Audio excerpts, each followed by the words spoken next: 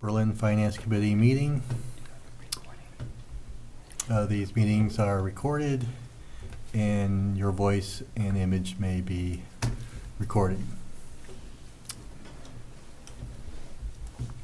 All right, so first item of business, let's get the meeting minutes out of the way. So do we have a motion to approve the minutes? Yes, I make a motion to approve the minutes. I'll second. All right, any other discussion on the minutes? All right, roll call, Scott, aye. Julie, I. Cliff, aye. All right, approved 3-0.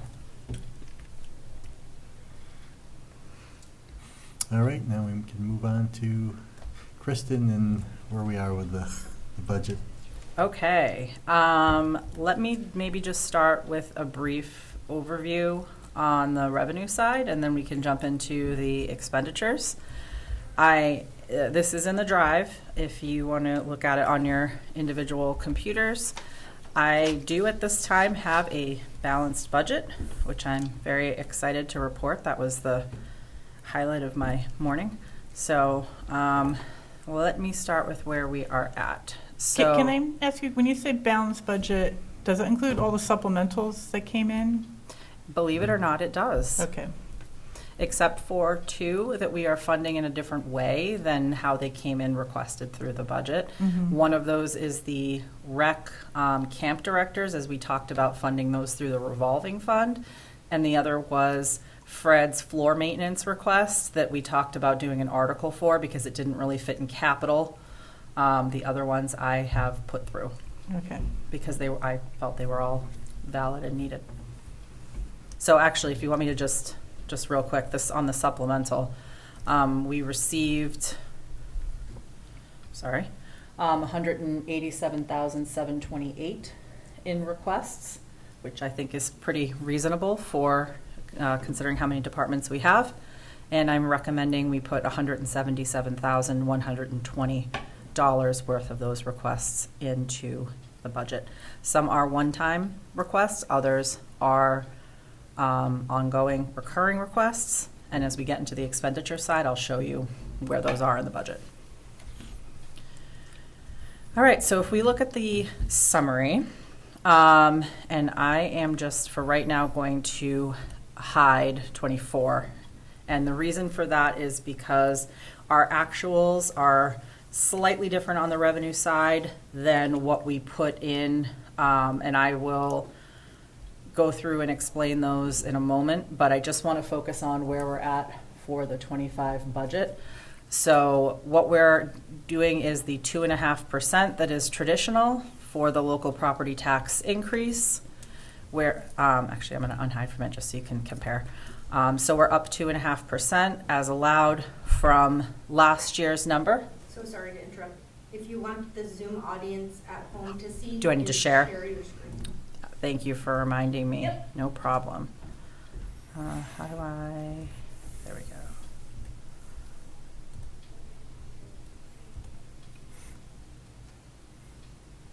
Okay. I think I am sharing now. Let me make maybe it just a little bit bigger because it's hard for me to see what that looks like at home. So, It looks great on the computer screen. excellent.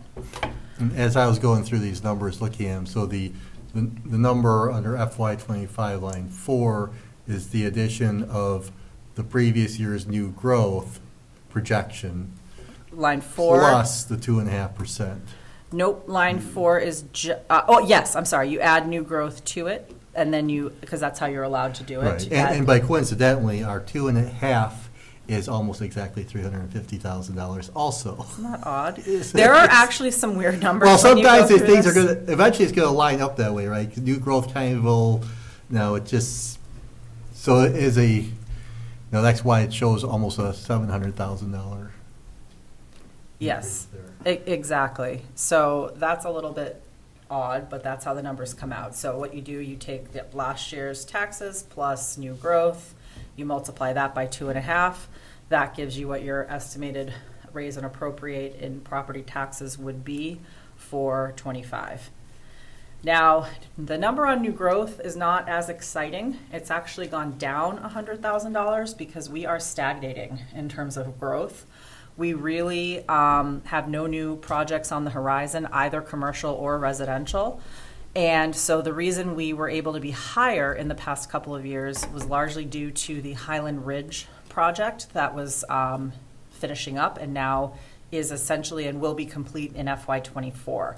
So we have to scale that new growth number back relatively significantly because about half of their permits were pulled in 24 and half were pulled in 25. So when you look at also where we're going in terms of actually adding to our property tax growth, I believe they're down to 1 or 2 units that have not been fully occupied at this time. So that's going to come in 24, not a whole lot new in 25. I know that the planning board is potentially interested in doing some cottage type housing at some point, which are the smaller units that are up to about 1,200 square feet. That's right now just conceptual. So other than that, I am not aware of any other projects. So kind of have to scale back. The assessor said I need to be around this point of 250. So that's where we're at for right now. We'll keep watching it over the next month or so. Every month we look at the numbers that have come in for 24 and where we're at. And, you know, that helps us to make a determination as well. You know, the big rock star of state aid going up by 3% unfortunately only helps us by about $13,000 because we don't get a significant amount of our budget from state aid. So I will take the 13 grand, thank you very much. But all of the press you've seen around local aid going up does not have a huge impact on our budget. Local receipts. I actually was able to go up fairly significantly in local receipts. And the main reason for that is our last audit recommended that we move a number of our larger accounts, stabilization, CPA, into what are known as high yield savings accounts. So those accounts were receiving well less than 1% in interest, and they have since been moved to 4.5% interest-bearing accounts. So you'll see on the next page when I go through local receipts that our estimates on interest have gone up significantly as a result of that move.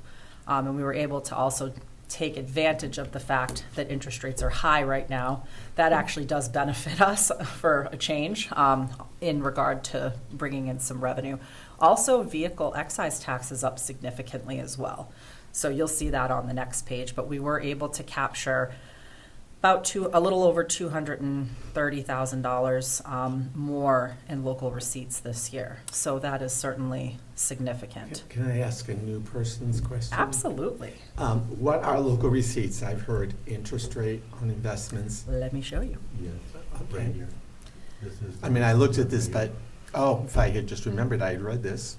Okay. So this actually, the top one breaks down state aid, which I can go over in a minute, but let me go to Okay. local receipts. Thank you. I Yep. appreciate that. Absolutely. So motor vehicle excise tax, which actually came in at over $700,000. Can you close that other window that you have? Yeah, thank you. Let me make it at least. You know what? Maybe I can get rid of that too. There we Can go. you see if somebody should raise their hand or not? We'll have to ask. So Okay. Scott, periodically you should probably ask if somebody has a question once I finish, then we can go back and ask if anyone's raising their hand. Okay, are you able to see? No, I'm not. I'm not a controller. You're not a controller, but actually you could see if someone's raising their hand because a little hand will show up next to their name. Okay, well, nobody's hands are showing up here. Well, you Okay. If you click on participants, Nope, I can't see He doesn't participants. see the, oh, you don't get to see You only get to anything? see it as a Only if you host. promote him, then he could see it. Okay, I can do that. I just didn't know if it would show Oh, up you tried somewhere to down promote me there on the earlier and you screen. told me no. Well, now I'm promoting you because So you have a job. I'm going to be a so panelist? You are. mm-hmm. But you have a role to fill. Now you have a job. Need to make sure your computer is muted though. It is. Okay, excellent. And No, thank you. That's a very good point. Couldn't tell if I could see it or participants, not on the there were photo. 6 participants. Yep, so if you click on attendees, Yes, I just did. then you can see if anyone's raising their hand. Oh, attendees, not panelists? Oh, attendees? Well, the attendees are us, so we're Okay. probably not, I mean, I might raise my Yes. hand, but, So- Only one. Yeah, you probably want to be on attendees that way. Yeah. There you go. Thank you. Absolutely. So, motor vehicle excise tax, local receipts, able to capture, I don't want to go too high, but we definitely were up over $700,000. So I do feel comfortable moving that up significantly to the 685. Meals tax is actually, I feel like I need to go down because we lost TGI Fridays. So you can kind of see my little notes off to the side too. Yeah. And we have no way of knowing right now if and when that business will be replaced with a new eatery. So that's a significant loss there, percentage-wise. Hotel tax actually was a little bit lower. Some of that is because the hotel does offer rates. Sorry, my watch is having a fit. They do offer promotional rates and extended stays. And oddly enough, this is where the shelter crisis is actually impacting us because all of the hotels are full in Marlborough. So as an incentive, for what I understand, they were offering some incentive rates to get folks to come to the Homewood Suites, which is great, but it did actually result in about $25,000 less in hotel tax than we thought we were going to get. And apparently that can fluctuate year over year because hotels do adjust their rates depending Yeah, on the that makes market sense. and everything else that's going on. You mentioned that this was related to, like the rates for like people that are having events at the New England Sports Center that Yes. have to travel and that stuff, and these are like preferred hotels. Exactly, and the hotel, there are a number of hotels right in this area. There are at least two on Donald Lynch Boulevard, right down the street. But apparently, there's a number of those hotel rooms being used as shelter rooms right now. So that has taken up taken away capacity. So Yeah, I have an acquaintance who lives in Buffalo and came up for a hockey tournament, and they had to stay in Milford. That was as close as they could get. wow, yeah, the hotels are really occupied right now. We definitely are having a shelter crisis. We are a right to shelter state.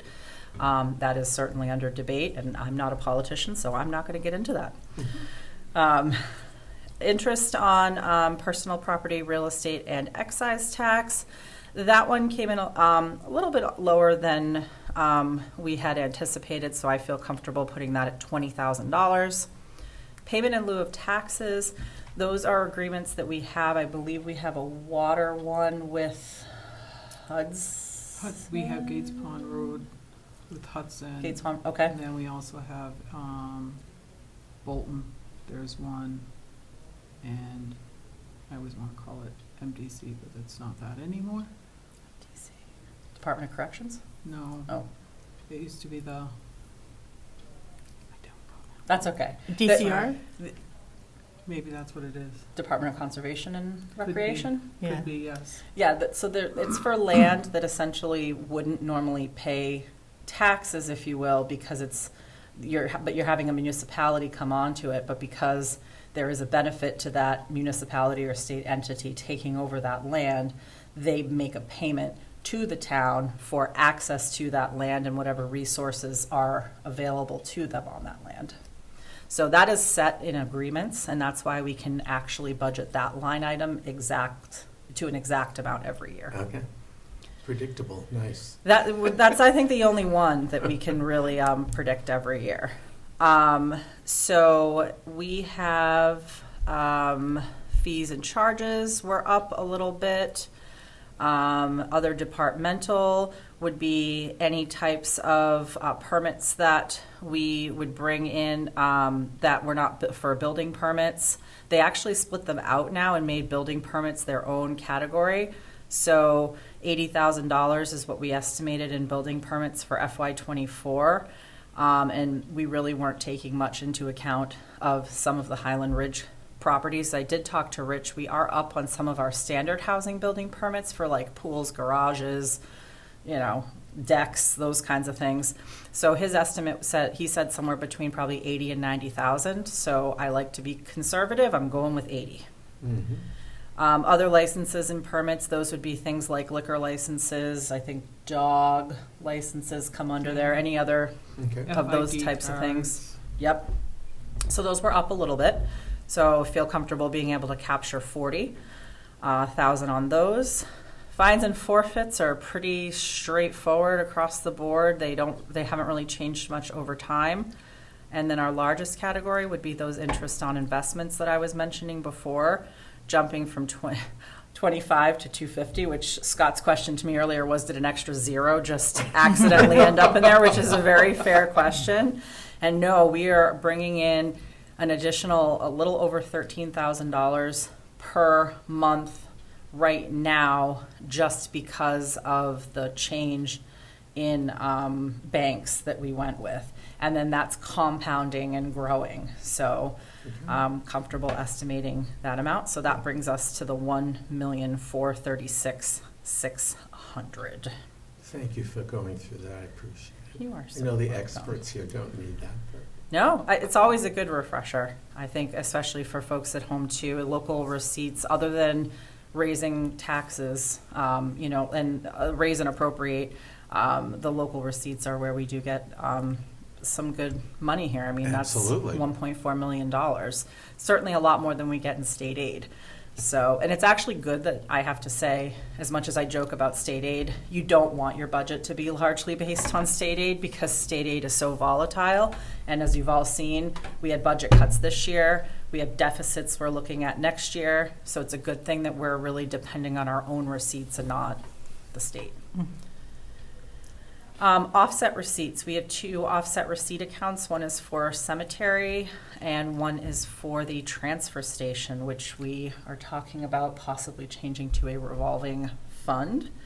But the estimate for revenue for those accounts for FY25 is $135,000. Do you mind if I ask a question on that? Because I think this was mentioned at the select board, is this need to get away from offset receipts? I'm sorry, cemetery's not in there. I messed up. It's just transfer station. Yes. Okay, go ahead. I was going to ask if that was another thing that was going to have to get done. My eyes were No. jumping between receipts No. reserved for appropriation and offset. Offset's just transfer station. Yeah, I know. I that's looked at all June and there's left. she was giving me kind of a quizzical look, and I went, "No, I got the wrong one." So that will still show up under revenue when it So- goes to offset, when it goes to revolving, or how does that? No. No, Okay. So when but go ahead, everything Mulch. will switch over to revolving, where here offset receipts are used as part of the appropriation in the line item budgets to help offset the transfer station expense line. Mhm. Where in the revolving, then it will transfer to that special little block that we have for voting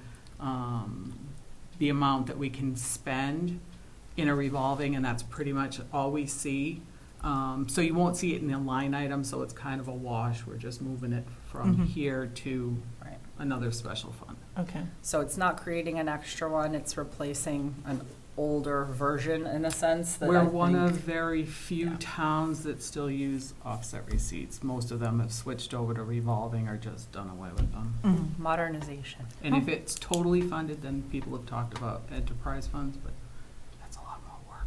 Enterprise funds are a pain in the neck. I'm not going to Yeah. lie. I mean, And if you're not a definite, you're funding yourself, it's not really worth, because then you're talking about having to do revenue deficits. right, an which- enterprise fund is like you have to do Yeah. a whole mini budget within an enterprise fund. So it's literally, it's almost like when you do a grant and it's its own It's its separate own budget. budget. That's what an enterprise fund Yeah. is like. So if you don't have to make more work for yourself, then We're not there yet. to yeah, have let's to do not. that right So, but the nice thing about this is when you do a revolving fund, there can be that carryover year over year. So it does give the, transfer station an incentive to bring in revenue and then use that to offset their expenditures. And hopefully, at least on the expenditure side, we can get not net zero, that's the wrong word, but get the expenditures to be paid for by. Self-sustaining. Yes, thank you. Self-sustaining on the revolving fund on the expenses. I don't want payroll to be in there because that's too, dangerous. And we've seen what's happened sometimes when you put payroll in a revolving fund.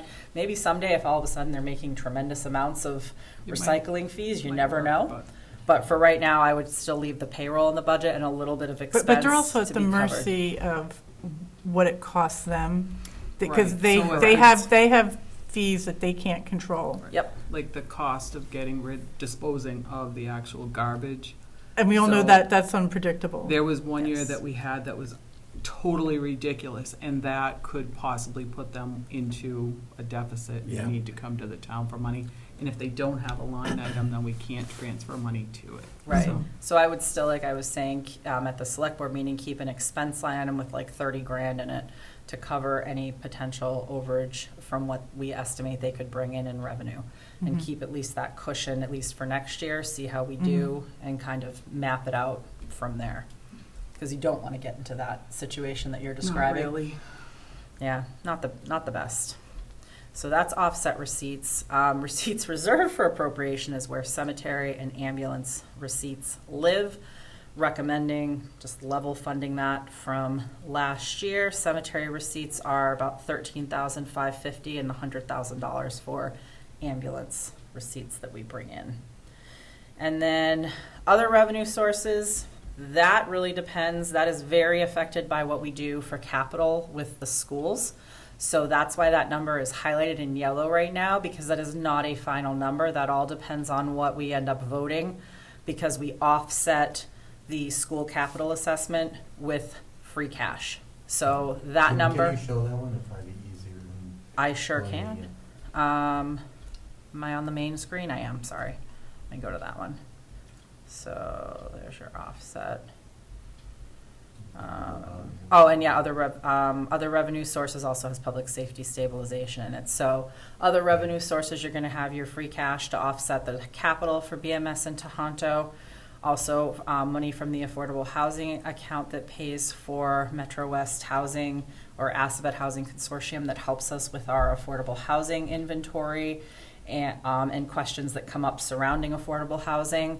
And then public safety stabilization. And if you notice, public safety stabilization, I'm recommending going down by a significant amount. And this is because there are 3 police officers in the FY24 budgeted amount. So that 262, 297 that you see there means that we are funding 3 officers not out of the operating budget, but out of mitigation funding, which mitigation funding is not a 100% guarantee. We do have an agreement with Highland Commons. We expect that they will pay every year, but ultimately that money does come in as free cash, and it is essentially, it's almost the same as free cash. It's not quite free cash, but it comes in, and everything has a shelf life, right? So my concern is, should anything ever happen on the side of those agreements, I would like to see personnel positions put back in the budget, because if something happened one year and we didn't get that funding for some reason, then you're talking about cutting staff and doing layoffs. We So, also have 1 more or 2 years left with River Bridge, yep, and then that's and that one's it. gone too. So Highland Commons is more stable. River Bridge is leaving It's only us. Yeah, so. Was it really, wasn't it like essentially 2.5? Wasn't the new officer that wasn't hired or anticipated to be hired until January of this fiscal year, the third one? That was the So- third one. Right, I believe actually. Yes. So it was essentially 2.5, even though they're expected to be full-time continuing forward. Right. It was, and the reason it's so much lower is because of attrition. So we actually have had a number of officers that have left. And so what I was actually able to do, and we take the lowest salary of the officers, and those salaries come up to just shy of $75,000 a year. So that's how I get to the 146,264. So it's lower from that as well, because if you divide that, that doesn't quite work out on the math. So that's why. I have to ask you to explain this again, and I apologize. That's fine. Under the Public Safety Stabilization Fund, Yes. I thought I understood you say that you're trying to work so that the salaries are not reliant on the fund, they are part of our personnel. Correct. Did I get that correct? That is correct. So I'm there glad are I understood that. very good. Now, so And I'm why trying is to do it the, incrementally. so not why all is at the once. number going down? So we're on the revenue sheet. So Okay. that's why the number's going down, because I'm counting on using it in the operating budget and moving it to that revenue Got as it. opposed to taking it out of That's the the piece I stabilization. missed, and I apologize. No, that's okay. So we have two mitigation agreements that have public safety. That would be with Riverbridge and with Highland Commons. Yeah. Now, that money is also used for equipment and capital needs for police and fire. We just allocated last year $800,000 for a fire truck. So any time we use that money for staffing, it also takes away from what we can use to pay for capital. So it also makes more sense to put that back in the budget from a security standpoint of the position, but also opening up more for capital as well. Got it. So I had a long conversation with the chief about that, Chief Shartner, and June and I discussed it. I think was it gonna makes say, sense to do And it. currently, because I'm the one who cringes when you do things, I but do. I like the idea of us having the money in there before we spend it. Yep. Also, and not relying on it too far close to town meeting to coming in, and right now there's a little over, I think, 400,000 in there. Correct. Yeah, that's what it has. What is the Because we, balance right now? where we did use, I think it was 880, I think last year for the pumper truck. We were waiting for that check to come in, and it And we- finally came And in. it came in just before town meeting. But we used what was there plus that, so, Right. yeah, if we need to buy a cruiser or something like that too, it's nice to have it Right. available. Well, and so the number in the mitigation fund as of right now is just shy of $500,000. It's 489, 570, 72. So from that, you would subtract off the 146, 264. I also should note, since we're talking about that, now I'm really going to confuse you. Great. We did allocate capital funding out of, capital projects out of the public safety mitigation funding, so that needs to come out as well. And, this thing is really annoying, it's in the way. Capital planning allocated $150,963 to come out of public safety mitigation funds. So, That also is gonna have to hit the 489. It is. Yeah. so we're using a good chunk of that 489. Got it. Thank you. You got it. All right. Let's see. So it might actually be easier if I just stay on this page. Estimated obligations. These are really fun, and these are kind of my favorite things. So the first two are what they call the backside of the cherry sheet, if you've ever heard people talk about that. This is where the state gives us money, and then they take it back. Which sounds a little ridiculous. So there's an offset for library, there's an offset for state charges. The state takes back $46,145, and I believe mosquito Mosquito control is is the in there. hugest, there's air pollution, and there is the motor vehicle Yep. assessment of some kind. Yeah, Yep. so, yep, and then the state, obviously, there's money that goes to the library, and there's the assessor overlay charge that comes out every year too. I'm recommending just keeping that even at the $250. That's the money that we put aside if we have to pay out Abatements. any type of abatements. Exemptions. So that means if we have to give people money back because we've decided the amount we have assessed them should actually be lower if they apply for Yeah. an abatement to us. For the abatements, can they only request for the most recent assessment, or can they go back years for a request? Technically, there's a deadline Yeah. for it to be done, and beyond that, it would have to be at ATB level. The, Appellate Tax Board. Does the state level? That is a lovely state board that you get to Yeah. go appeal, basically an appeal board at the state level for anything that's older. Or anything that the town says, no, we don't agree that your house is worth $200,000 less just because you think it is. and that's usually the only time, is that they still have to do it within the time Right. allotted, it's just it can drag out. I Right. actually have experience with that as a real estate agent. Okay. I had a client who was selling 26 acres of land. We had an offer, went to purchase and sale, and discovered they didn't own 26 acres of land. Let's see. They owned 13. Yep. And for all these years, And they the had been taxes have- charged. They've been paying taxes on 26 acres. Yep. It does happen on occasion if there's Yeah. a glitch when they remap or something like that. That's usually when it happens. Yep. For like a subdivision doesn't get If you properly like don't- recorded I or. don't think they ever got much out of it. No, well, But, because I thought it would kind of be on the owner as well, because when you get your, It you is, you get it your, is. you get this information every year, so. Yeah, in this particular case, it was complicated because the family, unknown to them, the father had donated those 13 acres to the town for conservation, but the town never took them off the person's tax bill. Oh. That's even more fun, yeah. yeah. There was not a lot of love Not lost. great, not great. When you go by your first deadline, it's always in your first property tax Yep. bill, so the one you'll get, Mhm. bill should arrive right around the November, December Mhm. timeframe. Yeah. And I believe it's 30 days from the due date of that? I think it's when it's mailed or, Yep. Or is it So 30 just in days from time for the mailing date? So it's holidays. basically the same date as I think the so. payment date, I can't. Don't quote me on that, because that's a definite assessment. But you can read it question. when you get your property tax bill. I'm not that, Yeah. taking it, Not I'll the go one try. that Yeah. comes in the spring. Second one, the first payment, you can read it in the back. Yeah, so when you get, Yeah, so when you yeah. get your annual, this is what you're gonna owe for the next year, and we only have two. Yeah. I've lived in towns where you've had four, so they did it quarterly, so. It's so you- on the first of those two. Okay. Yeah. Cool. And that's just one of those things, sorry, No, to just help offset it, because we're budgeting for receiving the full amount of taxes we're taxing. And that's just to help us if we have to cut back on So that, it's we not, don't come up I'm just short. like, so it's not likely that we would have something that would come up that we would have to pay back because we made a mistake for 10 years.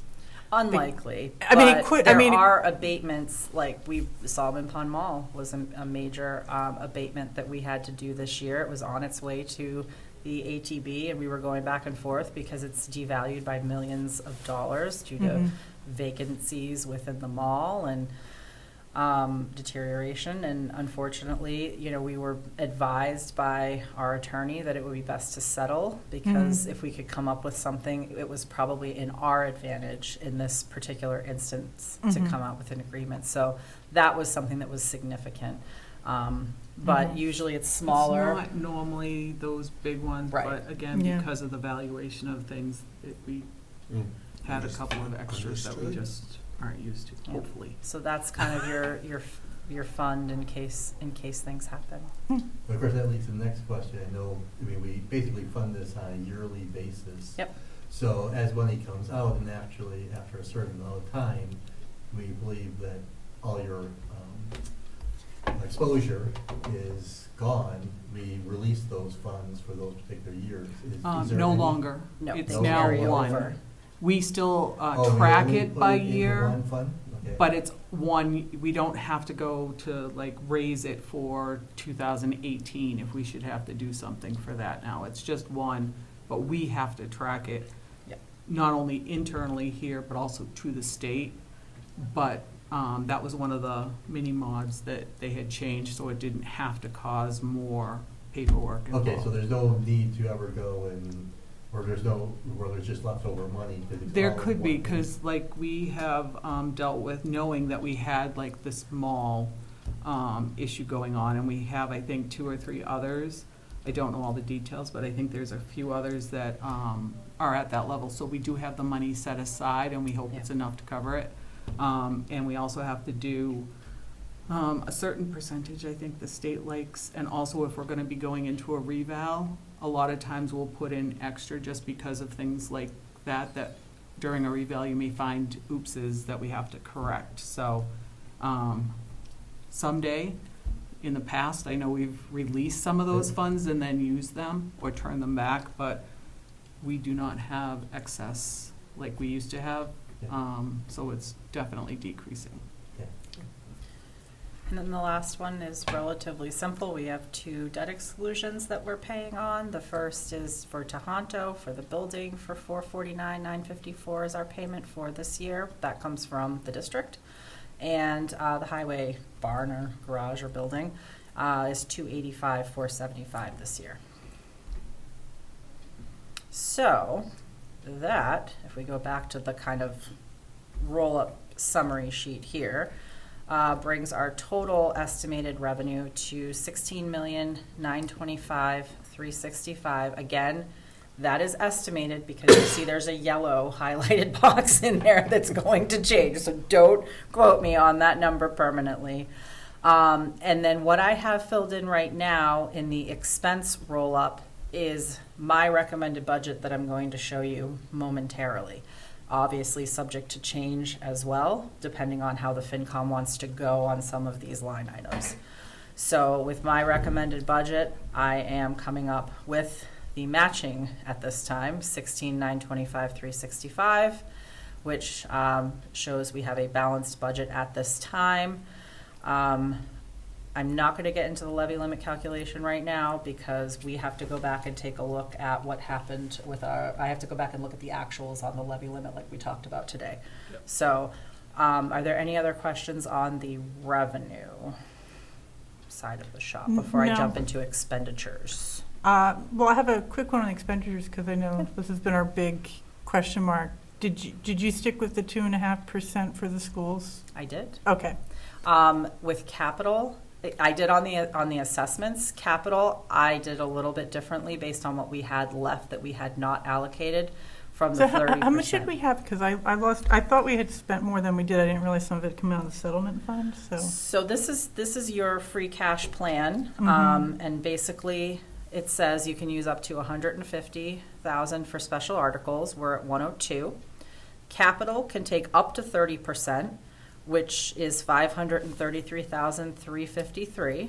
So Okay, so we did have more than I expected. yeah, Okay. so far capital's only allocated $67,900 because $150,000 of that came out of public safety mitigation. Yeah, but we'll find out tomorrow. I think one of the concerns, though, is having some of that for next year. Correct. Because of some other big items coming up. Exactly. So, and that's something that we would need to discuss because the facility study has a lot of information in it that is concerning about the buildings, and we want to certainly think toward FY26 for using capital to make those immediate repairs that are being recommended by the study. Mhm. So part of the, and you can speak to this, but I think that at capital it was discussed at length that part of the reason for such a low use this year of revenue on free cash side was to save. Yeah, it was because, as I said, some people were already looking at the facility study and seeing there were things coming up that they would not have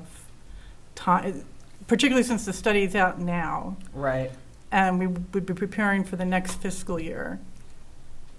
We just wouldn't have any more wiggle room for some of the required repairs. Exactly. So, and then just to go through the rest for our newcomer, Mhm. it's recommended to put 10% into stabilization, 10% into OPEB, 10% into capital stabilization, and you reserve 25% off the top and do not touch that, and that rolls over to the next year. So the available number here is what the FY23 free cash came in at, which is $1,777,000. There are too many sevens. I'm sorry. It sounds like a phone number. 1777874. It's like, just saying this earlier. It sounds like what's that? 8675309. Good It's job. like really throwing me off. So yeah, there we go. So that's kind of where we stand right now. In terms of spending, if we were to go with the requests that we've received for special articles as well as capital, and if we were to allocate the remaining free cash according to the plan that we discussed, I think, a couple meetings ago. All right. And the differences on this one is, of course, last year we did nothing in OPEB because it's not established yet. Correct. And nothing in we capital talked about we did stabilization. not do general stabilization, right, because of the funding to the one-time funding to the schools. Right. And of course, the numbers were bigger because there was over $3 million of free cash. So we were looking at Correct. those numbers instead of being 177, they were like 300 and some thousand. Exactly. So, I'd like to start backwards with the expenditures and talk about the school first, if that Mhm. works for Yes. you all. Okay. Because I gave them their own spreadsheet. so this is alarming to say the least. I did attend the school committee budget hearing last night. It was on remotely. Fortunately, the sound came back on before the budget part, so I was really happy about that. But if you basically look at the roll-up summary at the top, they are requesting $6,118,373 for BMS, Berlin Memorial School. A 2.5% would be $4,254,351 plus. I'm sorry, those do include capital too in them. So the difference is 1.8, and the difference on Tohoto is almost $500,000. So the difference between their requests and what I would recommend is $2,345,830. So just for fun today, I took the $2,345,830 and I put it into a property tax impact calculator to see if an override and or debt exclusion, actually you'd have to have both, were done to cover that shortfall, which is over $2 million. What does that $2 million itself represent? And this is not including interest on a debt exclusion or anything, so this is a really rough number. And basically you're coming out with $1,400 on the average tax bill just to cover the $2.3 million deficit between what the school is asking for and what the town can fund in accordance with its policies and the directive that I've been given to do a 2.5% increase on the assessment side. So let me break it down a little bit into the numbers. If we start here and we look at the Berlin, actually make this a little bit bigger. Nope, not that big. Berlin Memorial School assessment. Oh, look at this. Keep it on the screen somehow. there. I know, right? We'll get it right. So last year, and one of the problems is the starting number that we're starting with is debated right now. The schools are saying that we are actually starting at $4,300,000 because they are saying that the free cash gets added to that base number, and that is their attorney's advice based on the way that the warrant was written. I disagree, and I have our town council looking into that as well, because we made it extremely clear throughout this entire process that that $382,000, as you all know, in free cash was one-time emergency funding for special education costs that skyrocketed in March. We had a $700,000 gap that we had to fill. I think it was $732. And the school met us partway by throwing in $350,000 of increased revenue on their side on circuit breaker and school choice. So they took that out of their reserves, and we took $382,000 in free cash. Those are inherently one-time funds. They do not go into the operating budget, but I'm not really certain how that misunderstanding occurred, because I thought it was very clear and straightforward.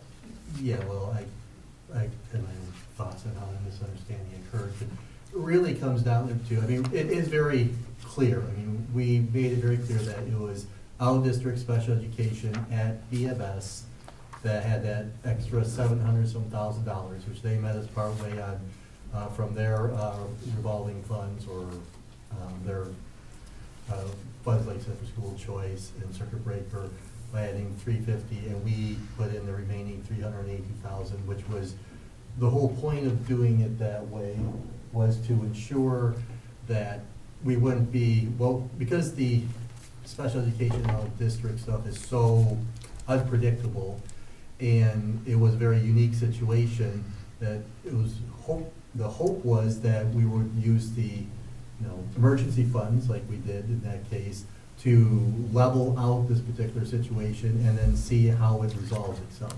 Correct. It seems to have resolved itself by looking at what they presented at their budget hearing last night. If you look at BMS on the out-of-district special education, they show a reduction from FY '24 budget to FY '25 budget of $510,000. I mean, it's not quite the same exact, but it's a big number, which you kind of basically are getting into what we were trying to do. And you also look at Tohoto, just so you don't get in there and say, okay, this was because of somebody in fifth grade and now they move on to Tohoto. You don't see on this jumping at Tohoto. It's not there at BMS. So that was what our whole goal was to avoid this hit to the taxpayers by using the free cash that we had extra of at that time and wait to see how things play out, because history says these things are very volatile. And what we anticipated or even hoped for, the best situation, seems to have occurred. I mean, there is a $510,000 reduction in out-of-district special education. So it was very clear at town meeting. I mean, I don't know. But it's also part of the discussions leading up to it, too. Yes, it was very clear in the discussions. I mean, anybody that's trying to hold us to that, they're not being in the negotiations, they're not being honest, basically, in that case. They are trying to talk back a story that's not true.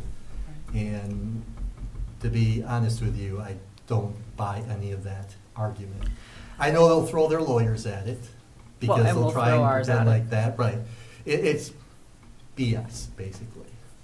So, They're saying it's the way it was written in the warrant. that's And- just, I don't care about their Yeah, wording. it was and written that, by but it's KP just Law, like- and Yes. they're very reputable. I don't believe it was written inaccurately, but I do have, our town council looking at it. Yeah, but either way, it comes down to however they want to play politics on the wording of things, we can do the same thing. We will be pointing out what kind of impact in the tax rates and that stuff. That's the only thing that people really matter. Right. Well, and so if we start at 4.3, as they're saying we should, they're saying it's only a 10% increase. However, I believe we start at 3.9. So it's actually a 21.2% increase in what they're asking for FY '25. So given my marching orders of 2.5%, that goes only up to $4,022,554, which leaves a difference of $732,696 between what they're asking for and what we can fund. Similar on Tohoto, I'm just going to skip capital for a minute. Tohoto assessment starts, we actually agree on the starting amount for Tohoto, which is good. But they're asking for a 17.5% increase for Tohoto. When I put it in at a 2.5% increase, that leaves a deficit of $481,807. So those are the assessments. Now, capital, just in case you don't want to look through all these numbers, they're requesting $1,363,132 in capital for Berlin Memorial. First of all, our entire capital budget is only $533,000, as I've just shown you. And I've expressed that many times at the meetings I've been at and to school administration, that if that is really a number, I know it includes the roof and air conditioning, which they are referring to as HVAC, which air conditioning is part of HVAC, but I think it's important for folks to understand that distinction, that it is not an emergency building heating issue. It is more of a comfort issue, and folks can decide if that's something that they want to pay for, and that's fine if they do. But that's $400,000. The roof is $800,000, and then there are a couple of other minor items that are on that sheet. So all total $1.36 million, and Tohoto is closer to what we funded last year. They're requesting $233,675 for Tohoto. So what I did with capital is, if we go back to the free, oh, I'm in the wrong place. Oh, you look nice on there, Cliff. If I go back to the free cash plan, so if, and this is a big if the capital committee were to choose to spend up to That's their. not on the Sharing screen the for screen. observers. Oh. What did I do? No, and I don't want to see my face up there. Oh, it's your face? I'm sorry. You lost the sharing. All right, is that back now? Okay. There I thought you That's looked a nice lovely. picture, It was a great picture. I didn't realize I shared it. I thought I was just seeing it on my screen. But it is my screen, so I should have realized that. So, as I was saying, if the capital committee decides to allocate up to the 30% that they are allowed to, and that's a big if, as Julie just said, because we're trying to save money for what comes out of the facilities study, that leaves $465,000. So I ran a hypothetical scenario where if we give them 200, what they're asking for Tohoto, right? Because the regional agreement is problematic if we don't meet what Boylston is asking for, then we end up at a special regional district and 1/12 budgeting and all kinds of crazy stuff. So I thought, okay, $233,000, we can probably do that. That's at least within that amount, and it's only a $22,000 increase over last year's capital budget. Not an unreasonable request, I don't feel. So going back to, hopefully that doesn't stop sharing. Okay, there we go. So what I did was I plugged in the 233, which means we match what they're requesting. And again, this is up to capital what they want to do, but this is just kind of playing with the numbers. So we put in the 233,675, what that would leave for Berlin Memorial if the capital committee wants to max out that 30%, again, a big if, that would leave 231,806 for BMS. So then we would be short $1.1 million still on capital for BMS. So all said and done, we are short, if you look at the bottom of the yellow column, $2,345,830. And we know that, from the main items on the BMS capital, it's two items, right? It's the roof, which is Yeah, I can bring that up, 800,000, actually. and the air conditioning No, I can't, I gotta. that they want to install, Sure. like 400,000, so it's 1.2 million. So that's basically the two that are, blowing out the capital budget. Have they made their pitch for the roof and talked about quotes? Like, what information do we have? That's That it. is right in front of you. So we received this information from the budget hearing last night. We do have a capital meeting scheduled on Thursday. Nancy will be there to discuss this. One of the things that we discussed briefly today was taking the roof off and putting it off a year and applying for MSBA funding for that roof. And I said, my only question is the roof in good enough condition that it can wait a year and it's not going to cave in and cause other issues in the building? Their facilities director does believe that we can wait a year, that the roof is in stable enough condition to do so. Because I would hate to cause more problems Well, in of the course. building by waiting a year. I don't want to do Yeah, that. And that roof has been problematic for 10 years. Well, we replaced part of it last year. We Yeah. did the EPDM. Well, we did the flat The- pieces of the okay. roof last year, and now this is to The get shingle. this is Yeah, the asphalt shingle, shingle piece, the yeah. sloped sections of the roof. Right. And this And- is just like you said, a rough estimate. It's not a Right. quoted estimate. Right, and as you mentioned, is the facilities person said isn't a leak, at least they're aware of Right. at this time, other than we know that the age of the roof is there. Yeah.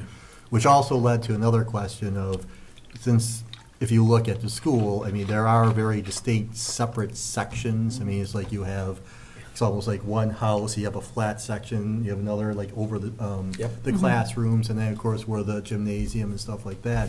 The other question is it possible to spread out the replacement of the roof over time and just roof this section, and so we spread out the capital cost? Now, I don't know where, obviously They that's, were gonna was kinda just go an back. initial discussion, but Yeah. if you look at it, it seems a reasonable approach too. It's not, we're not looking at where it's just one continuous thing and you pretty much have to do the whole piece at I once. see your point. Who would apply for the MSBA? The schools, schools. I assume. So they would submit a statement of interest, but it also would require a vote of the local select board. So in this case, Berlin's select board. Mhm. And I'm assuming they missed the deadline for that. No, they've submitted for Boylston's roof, which is worse this year. Yeah. They are of the understanding you cannot submit for more than one building in a I don't year. think that's true. I have it in writing from MSBA that you can submit for more than one building. Whoever they're speaking to at MSBA continues to tell them because they're a regional school district, they can only submit for one building at a time. I'm not I don't think that understanding. person's read the regional agreement. Yeah, but now unfortunately it's too late to get in for this year. Yeah. Okay, So thank you for that that's information. Absolutely. So Thursday night, if anyone's interested, that's tomorrow. We'll be in here. We'll be back here again tomorrow It's night. not hybrid. It's like You a have to show traveling up. road show, yeah. You have to actually come down here at 6 tomorrow, or you can watch it later on YouTube. But we will be discussing the capital, and the finance director from the schools will be here to talk about that with us. So what we're talking about is if we have to do several of those, we'd have to look at the debt exclusion to be able to handle it? Well, there's a couple of options. There's splitting it up, as you just Yeah. mentioned. There's putting it off Mhm. until next year. There's also not putting the 177K into capital stabilization this year that would help. Then there's also the option you could take money out of capital stabilization, which, can you get me the amount that we have in capital stabilization? Not right now. No, I was for gonna say they're tomorrow. working on No, my no, no, computer. for tomorrow I meant. I know I have it somewhere, I just can't remember off the top of my head. You mean general stabilization? No, we right? have a capital We have a capital. stabilization. Right, we had the capital stable, that's still being put in, and that's now just what's rolling over. Yep. But if they're going to get money from the state, if they put in for, what's, MSBA. thank you, I should know that. Why wouldn't that be more fiscally prudent? I would not recommend dipping into any type of capital stabilization for the roof. Yeah, that's what I mean. That's why wouldn't the school district see MSBA as the better choice? I also really would not recommend dipping in. I'm just saying what the possibilities are because it was brought up at a capital meeting. Eloise had asked Yeah. about capital stabilization and said maybe we should use that for the roof. My recommendation is and will be to go for the grant. MSBA can fund up to 39%. The school committee is of the opinion that it's a long shot. I don't agree with that. In my 8 years in Leicester, we received 2 or 3 MSBA accelerated repair grants, one for boilers, one for a roof, and I forget what the third one was for.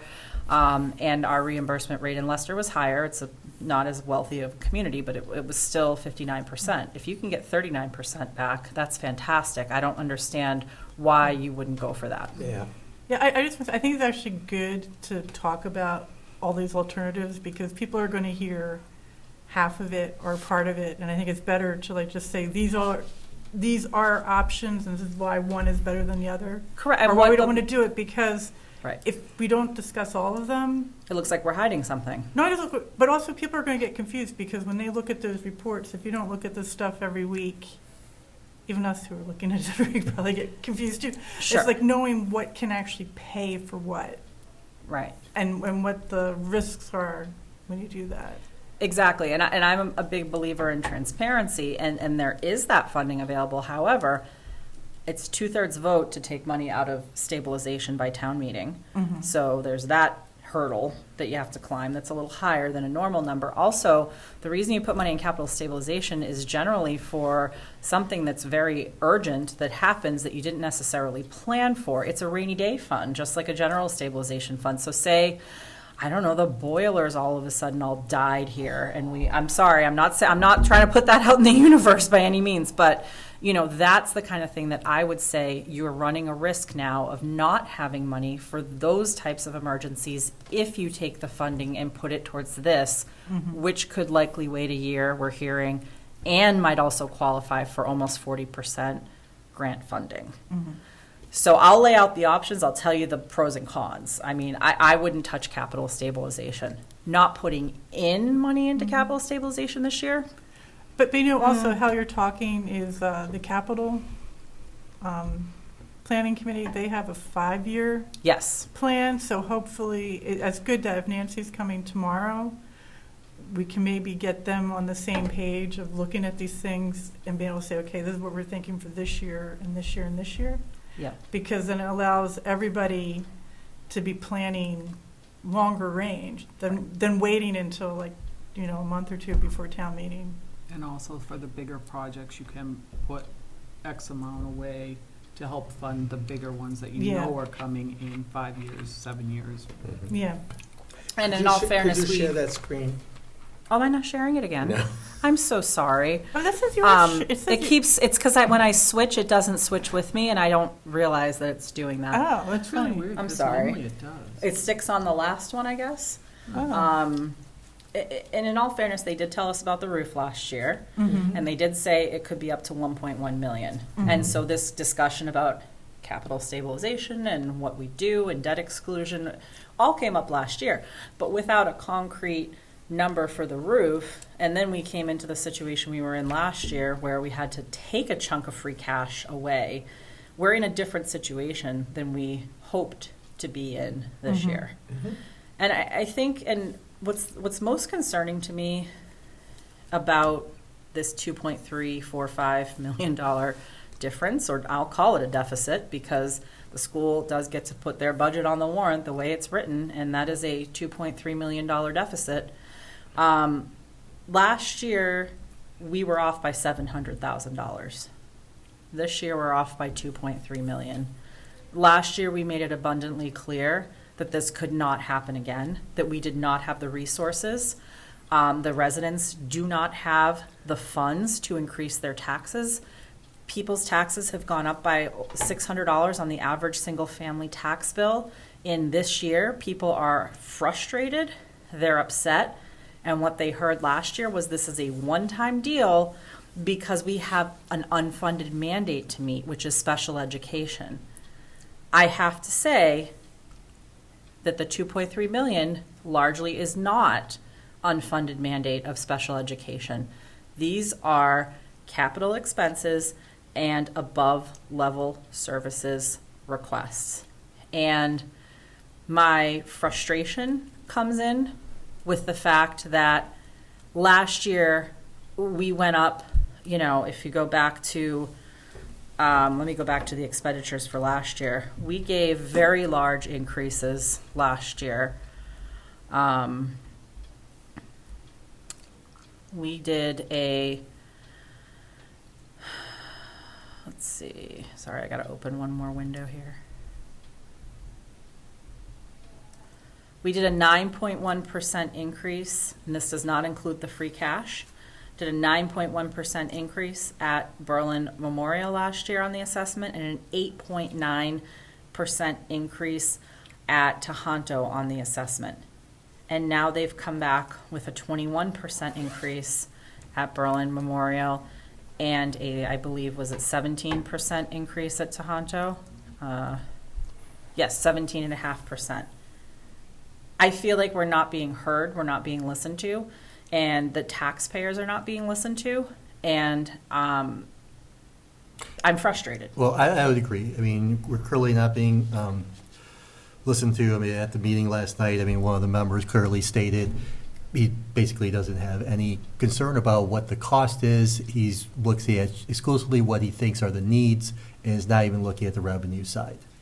And it was very apparent that the budget that was presented, they're not all looking at what the revenue side is. So it's, I mean, it's ridiculous to think that they're budgeting that way, but that's just, it really doesn't make any sense.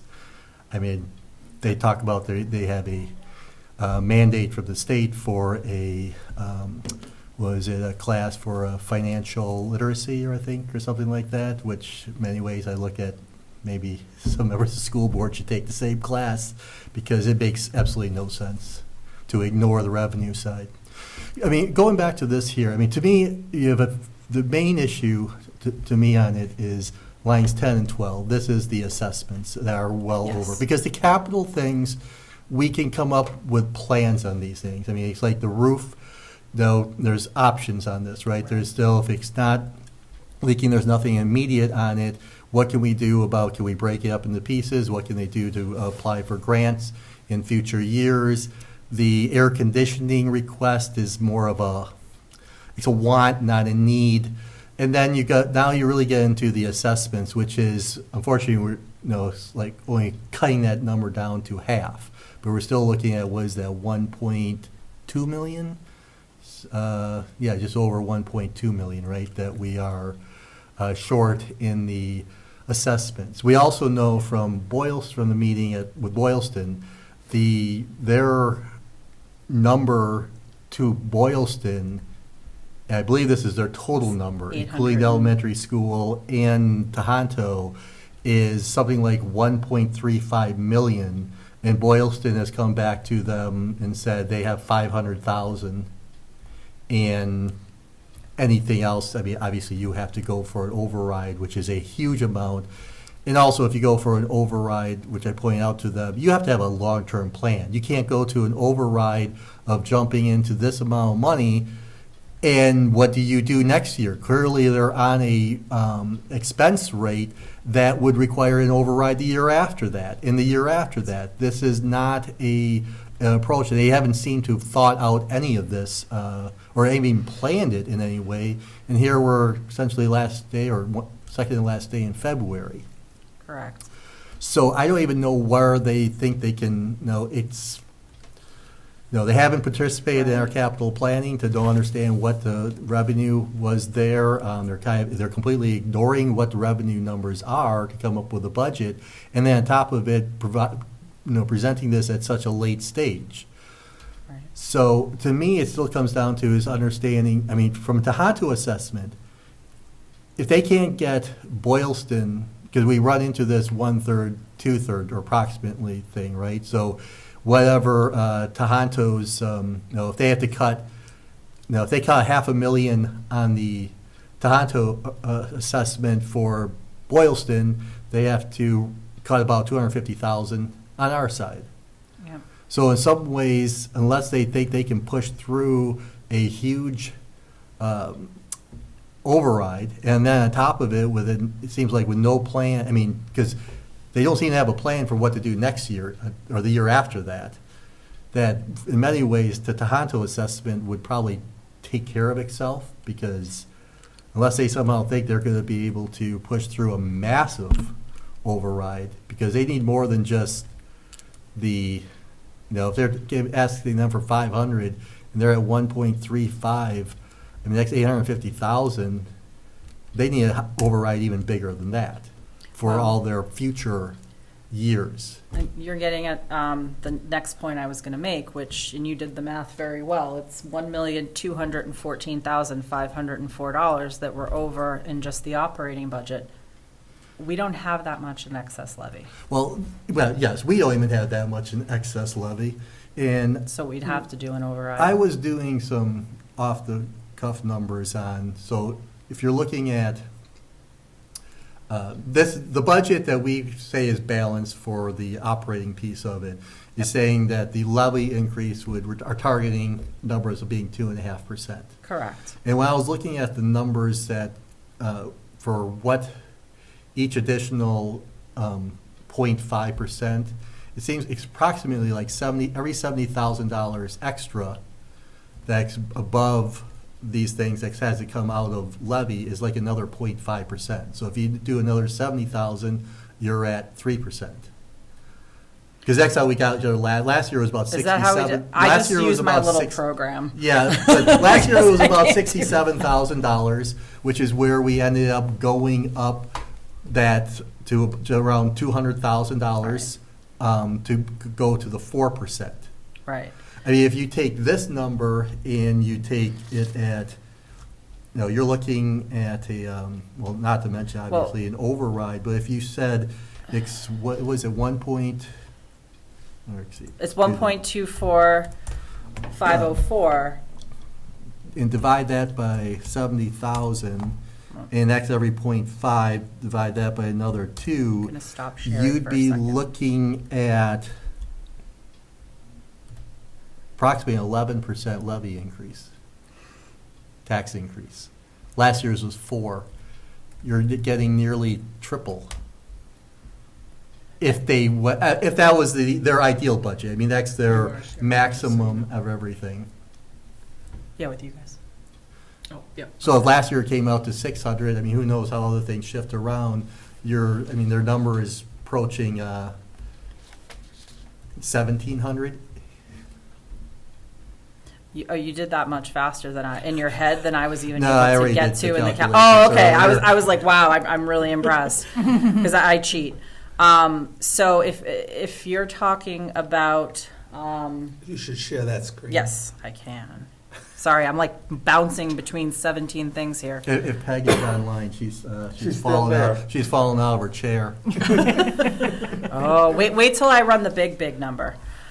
Okay, so this is Berlin. This is FY24. So keep in mind, we're going to go. Do you want to give all your usual caveats that This is an estimate only. Until final happens, it's an estimate only. right because it has to get run through the split between commercial and Yep. residential, and it's 24, not 25. There you go. So this is based on the FY24 average single-family bill. Average single-family home is assessed right now at just, let's say, $650,000 in Berlin. The average family tax bill right now is $8,330. To do that excess just for the assessment would add another about a little over $700 to tax bills. And that's not including Prop 2.5 or new growth. That is just for that overage on the assessment, the Well- 1.2. Just the overage. Correct. So, but I would almost argue that you have to look at the 2.3 because I don't know how we're going to finance all of that capital if we don't get the MSBA and we don't want to Well- tap into capital stabilization. The only other option then you have is a debt exclusion, which would be above and beyond 2.5 Yes. as well. So I have, if I put in the 2.3, which if you can, if someone could read me that number, 2345830. So if we look at everything and financing that whole deficit of $2.3 million, that whole deficit in and of itself is worth just about a $1,400 increase on the average family tax bill. And that's not including your regular increase that goes up every year of a few $100s. So that is a big, scary number. And it's an estimate. And it's an estimate, but I could never recommend that, That's huge. ever. I mean, not in good conscience. I mean, if that's what people wanted to do, that's one thing, but they have to understand that it's gonna hit everybody. It's going to hit everybody. 34% of the population in Berlin are considered seniors. That's anybody over the age of 60. Now, I don't necessarily consider someone who's 60 a senior, but, whatever. You definitely have people, a significant portion of our population that are retired on fixed incomes. That is huge. For some people, might be more than their monthly Social Security payment. And it doesn't go away. And it never goes away. Well, the debt Well, exclusion if would, it not was a the debt override. exclusion, Yeah. it would, So but about it's half of it might. still Yeah. gonna be another 10, 20 years. 10, 20 years. Yeah. Okay, so I'll stop sharing scary If you numbers now. did the debt exclusion, I mean, would you really do anything as long as 10 years? Would it be? Usually. 10 is generally the least amount? least amount Yeah. that you do. I mean, you can do shorter term financing, but especially with how terrible interest rates are, I don't know that you would end up really wanting to do short term debt right now. Usually it You works might- out a little well, bit it depends better. on how long you're gonna do it for, but you may Right. have to do short just until you get final. You do have to do a ban, Yeah. until we get final numbers, but it was really funny because I ran some numbers and the difference, because the interest rates they predict are going to be lower when you look at 20 years versus 10 years, it actually made more sense to go with 20 years because it really wasn't that much more in interest, but it spread the payment and the pain out a little bit better. And we also know that if they start, if we start, well, and obviously the numbers there are beyond our levy limit, but you basically eliminate that cushion and that stuff. We know that also affects, is one of the things that can impact our credit rating. Mhm. So we Yes. could also be dealing with having to pay higher interest rates because we're basically looking as a town that's taxing to the max. Yep. That You're estimated not sharing. average Oh, I know. tax Fix it increase first. Thank is you. astounding. Yes. There's just no other way to say it. I mean, and people were unhappy about a $600 average tax increase. Was it only 600 last Yeah. year for the overall? Yeah. On the average. On the average. The average. Yeah, we happen to exceed that average. It's not At my hard, it's house. not hard But we also had the double hit because we had the higher assessment last year that came, and And then then we there had was the still town some meeting. more adjustments as far Adjustments as. from the- Yeah, commercial so versus- it wasn't just the, Yeah. Right. And But it's still money. if something Yeah. happens with the mall, I mean, we're seeing it Mhm. almost like a slow rolling death. and where we I did mean, have over that there, you know, like, Recent abatement, that's. well, we've gonna lost hit us both too this year. two restaurants over As there, another Bertucci's shift. and TGI Yeah. Fridays in the past year. Mhm. Um, Yeah. So do we want to go on to something that's less scary and talk about the town budget? Yeah, let's go on to things that we can finish. Okay. All right, so now that I've given you all the, wow. I want to thank you, though, for that chart that you prepared. Sure. At the bottom. That is helpful to me. Good. To Mhm. think about and digest. Yeah, I thought it deserved its own spreadsheet because it is complex, and that is a big question mark in our budget right now. You know, I think we'll have a little bit more information based on what capital has to say tomorrow, but it's also the first time that capital is going to be seeing these numbers. This is the first time that the FinCom is seeing these numbers. So it's really hard to make decisions. However, what I am presenting to you, as I said before, is a balanced budget. We have, as you can see down here, revenues estimated of $16,925,365 and expenditures of the same. And that is going with those figures that I just showed you on the school spreadsheet. So with that all in mind, I thought we'd start at the top because the select board has actually approved most of these budgets now. The ones, as we go through, just so you know, that are in yellow are ready for select board approval at their next meeting. The ones that are in blue, this is my little code, I am still working on. So just so you know my color coding scheme before we jump into all of this, I think that's, Blue means they're sad. no, blue means in progress. No sad, just, I'm in why, you want me to change them to red? No, I was, just before you get into the happy stuff, I just kind of want to say that Sure.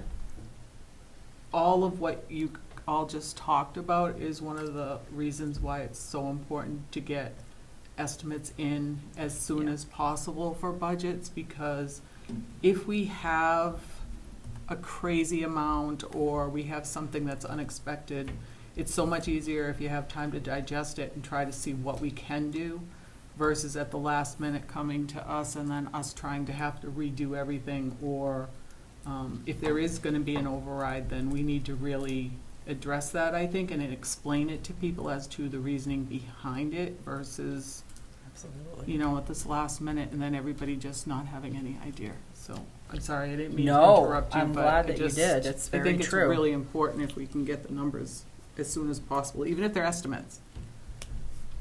I think you are spot on.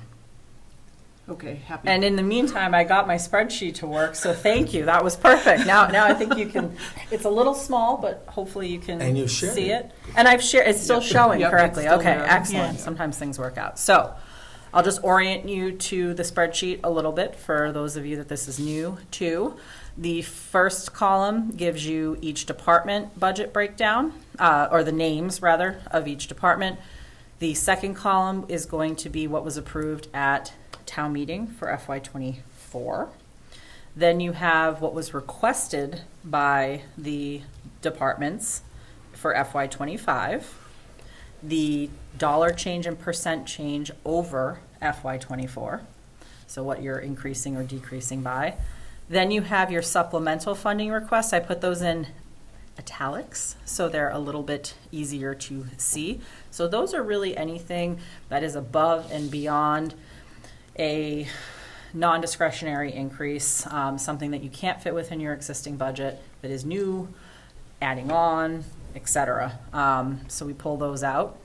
Then there is my recommended budget. So what I do is I go in, I look at all the department, board, and committee requests, I meet with the departments, the boards, and committees, and then I make a recommendation, and that does include whether or not to recommend the supplemental funding.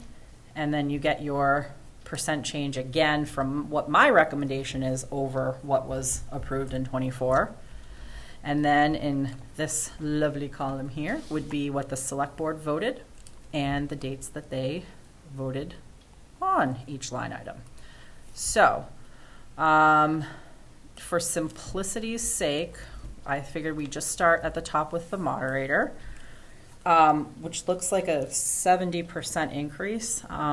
The moderator is only requesting $100 for his expenses. However, the conference he goes to costs $145, so he's been supplementing it with his salary of $50, which I just think is wrong.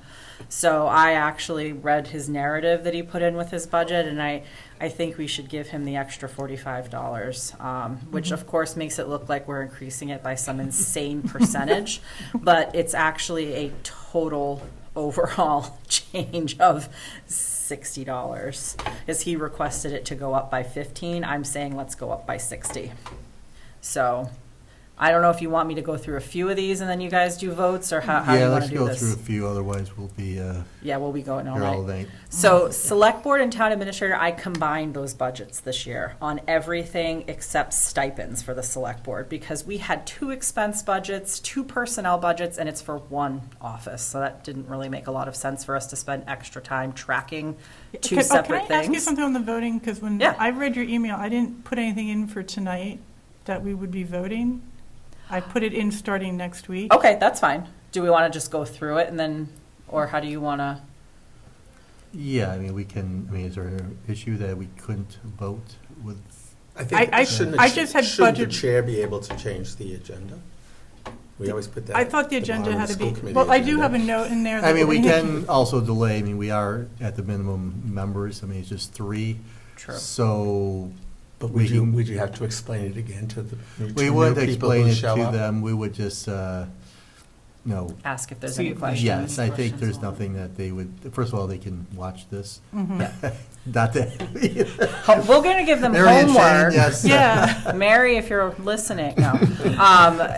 I think what I would recommend is that they can either watch the meeting or I'll send an email saying this is in the Google Drive, go through it, you can let me and or Scott know if you have any questions, and then at the next meeting we can ask if there are any questions before we take And we votes. can make note that this is starting at the 1.5 hour mark. What, is that clock right? No. It's starting at the 9 9 o'clock. It is. Oh, it It is? is, right? it's correct, so Yeah. 1.5 It's not None hours of these in. clocks are Yeah. ever right. So 90 minutes in, we can make that, let them know that they can zoom forward. All right, 90 minutes in. We're discussing expenditures. Okay, perfect. So all that's left then in the select board budget are the select board stipends with a 2% cost of living increase. Everything else has been moved down to the town administrator budget. There is a contractual increase for the town administrator salary. I have moved the administrative assistant to the town administrator down here with a 2% cost of living increase. Consulting is level funded, and expenses, I am recommending that when you actually look at there are a couple $100 more because we had to go up for the printing of the warrants on postage and printing. But I'm also recommending that we do a one-time add of $550 so that the assistant can have Adobe like I have. Because right now I'm like converting PDFs for people, and it's probably not the best use necessarily of my time. So, well, that would be added on, and you can buy a license that's good forever, and Adobe doesn't update that often. I got one last year through the budget process, and I use it all the time. So there's that, and then we talked before when I presented my budget about the HR expenses, which Mary so dubbed it, and I think it is an excellent way to call it, and that is for anything that comes up throughout the year, such as vacation payouts, anything that we, trying to think what else we were putting in there, vacation payouts, any unanticipated, staffing changes where you have to make adjustments to salaries, those types of things, because we don't want to have to, that avoids us having to come forward for a reserve fund transfer for those items. And the select board wants any expenditures out of that fund to go in the town administrator report, and I can also report that to the FinCom as well.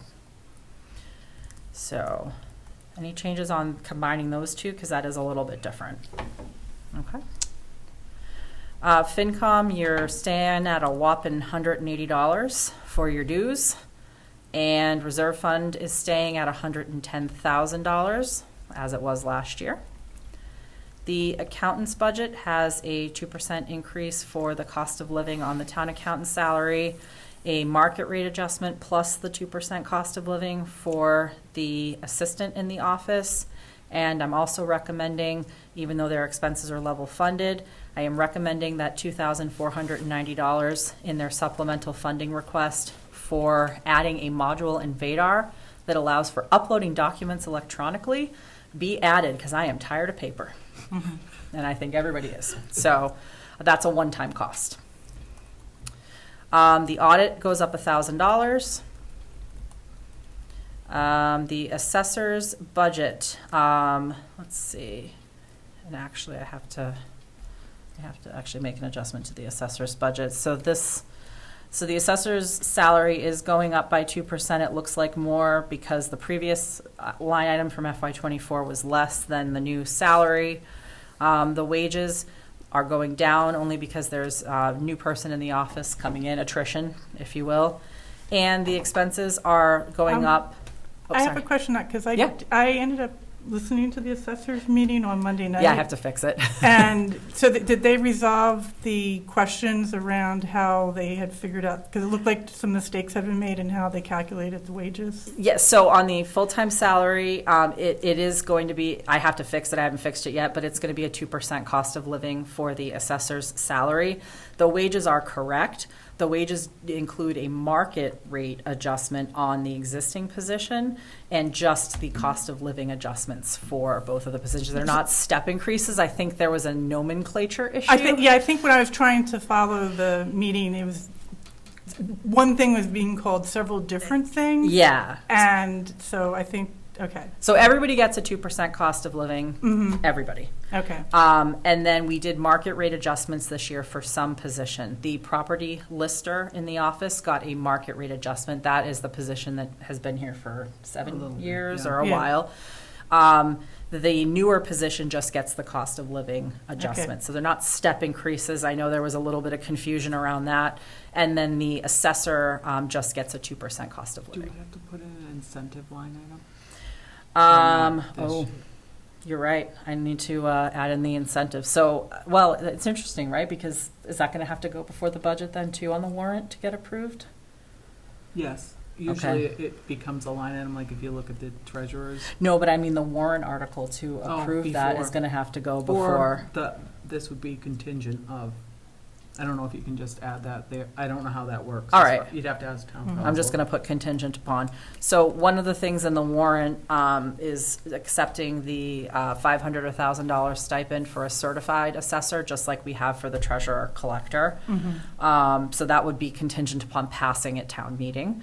But we should budget for it, absolutely. So guess what? This one goes to blue, guys. You see my Sorry. methodology here? No, that's okay. This is good. This is why we're here, because I can't think of everything myself. All right. Well, I felt bad because I was like I was like, God, this stuff is like, there's so many I pieces. spent a while figuring that one out. I'm listening to it. I was like, I've seen these documents and I know Yeah. how hard it is to follow what's going on.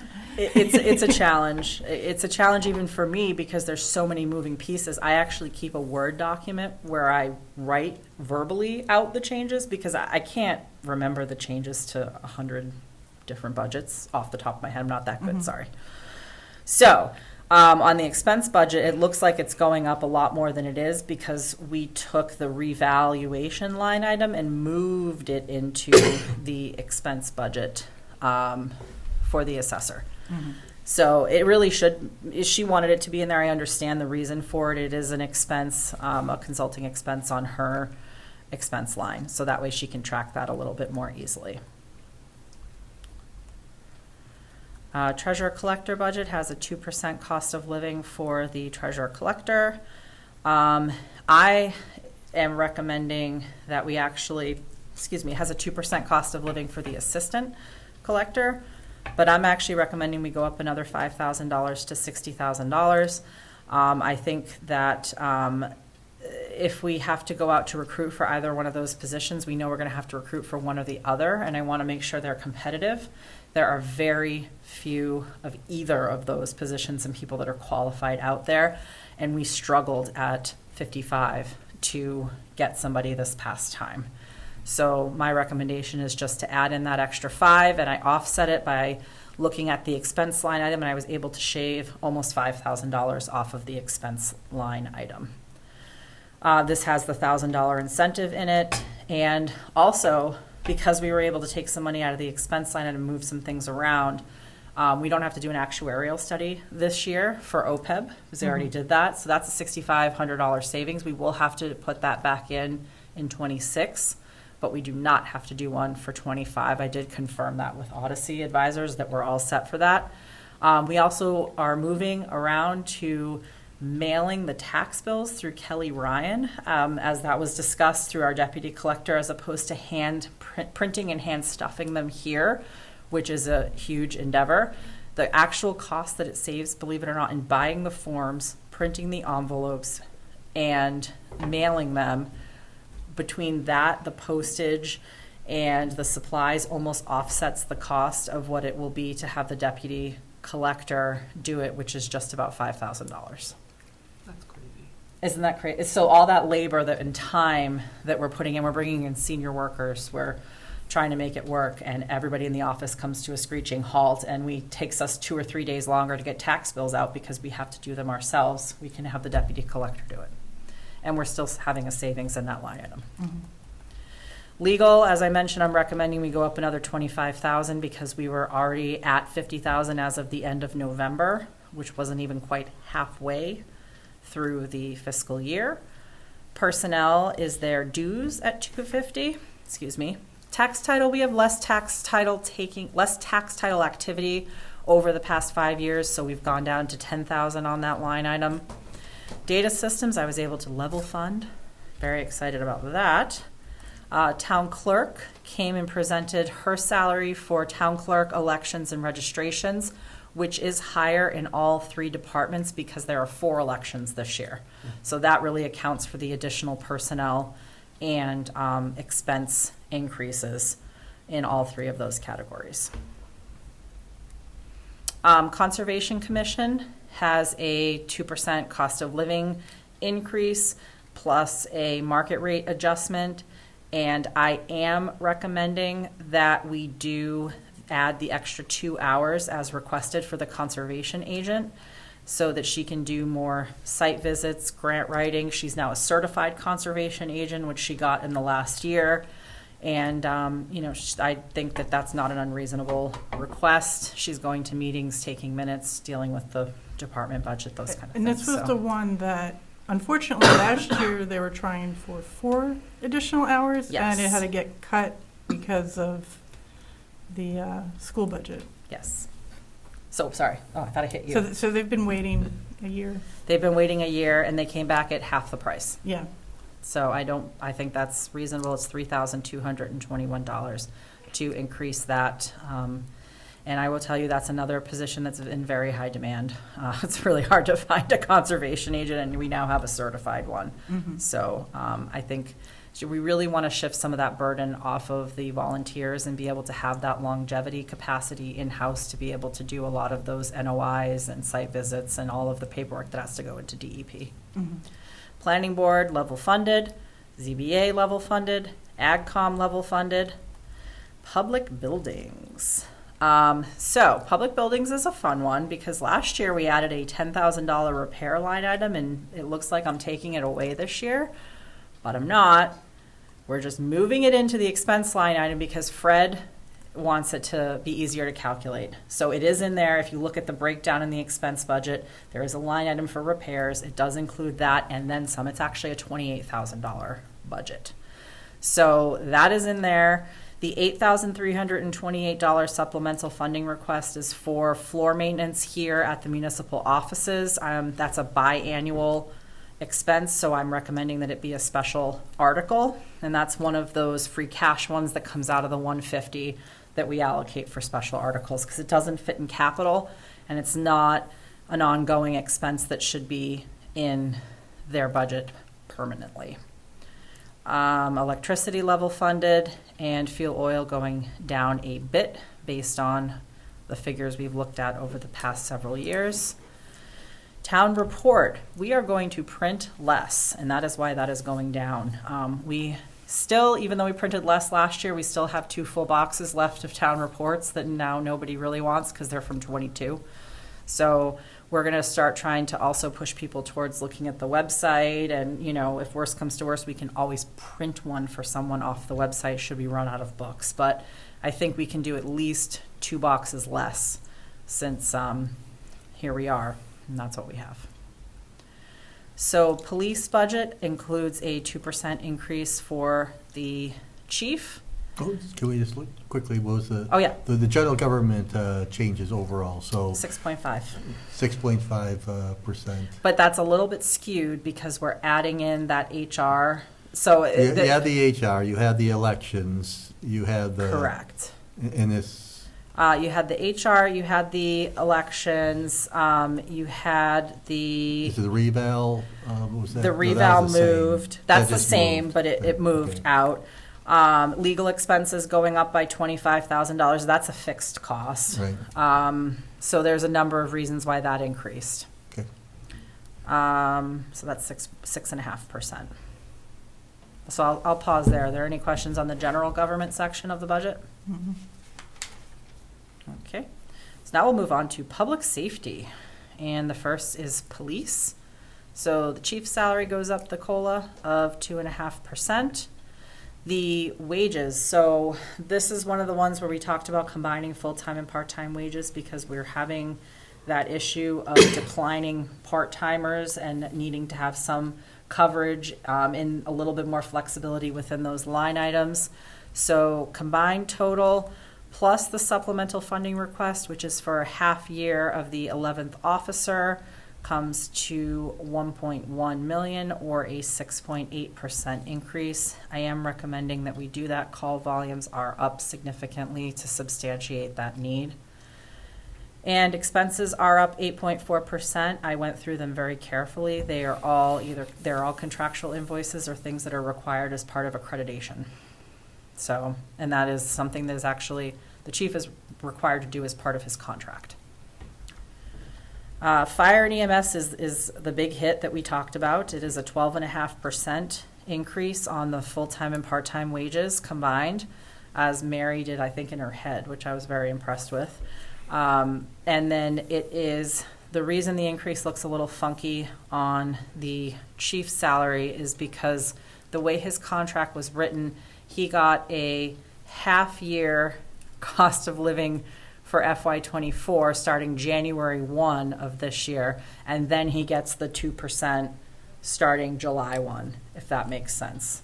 So he was here for a full year before he got his first cost of living. He didn't get it July 1 like everybody else. Any questions on police or fire?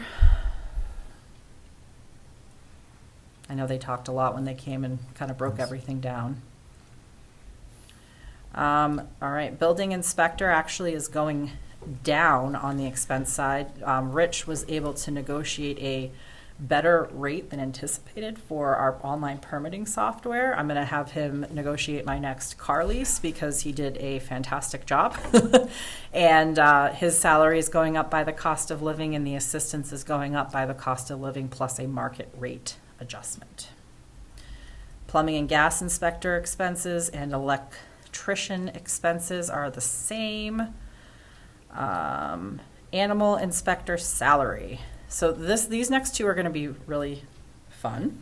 So our animal inspector is retiring, and the life cycle or the term of animal inspectors goes May 1st to April 30th, which is bizarre, and I don't know why. That's how Mass Department of Agricultural Resources does it.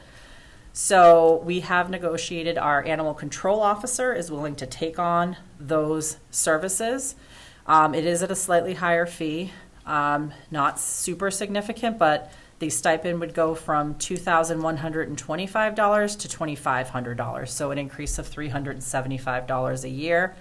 And then because of mileage and driving around doing the barn inspections, there was a request for a $600 increase on expenses. So that budget total goes up by $975. And we will have to put in a reserve fund transfer for Thank you. this year. Yep. It's in the works, probably next week. Right, because she actually has to start May 1. So, and this is the rate that we negotiated with her starting May 1st. I So think it's like $63 or something like that. it's very small for the last 2 months of FY24, but we wanted to grab her before we lost her. So, and I have to say, I don't think that's an unreasonable request. What looks crazy is the animal control officer portion, because what we've discovered is our current animal control officer is already part of a regional agreement with Boxborough, Littleton, and Stowe that has her on call 7 days a week from 8 a.m. to 6 p.m. So they're renewing their agreement, and they are not going to allow her to work for any other community because they have her on call 70 hours a week. So she had some side agreements with us and with Bolton, and basically this all kind of came out as part of the renegotiation process, and they said to us, you can either join us and pay what we pay and help offset our costs in this regional agreement, or you can lose your animal control officer. So we have some decisions to make.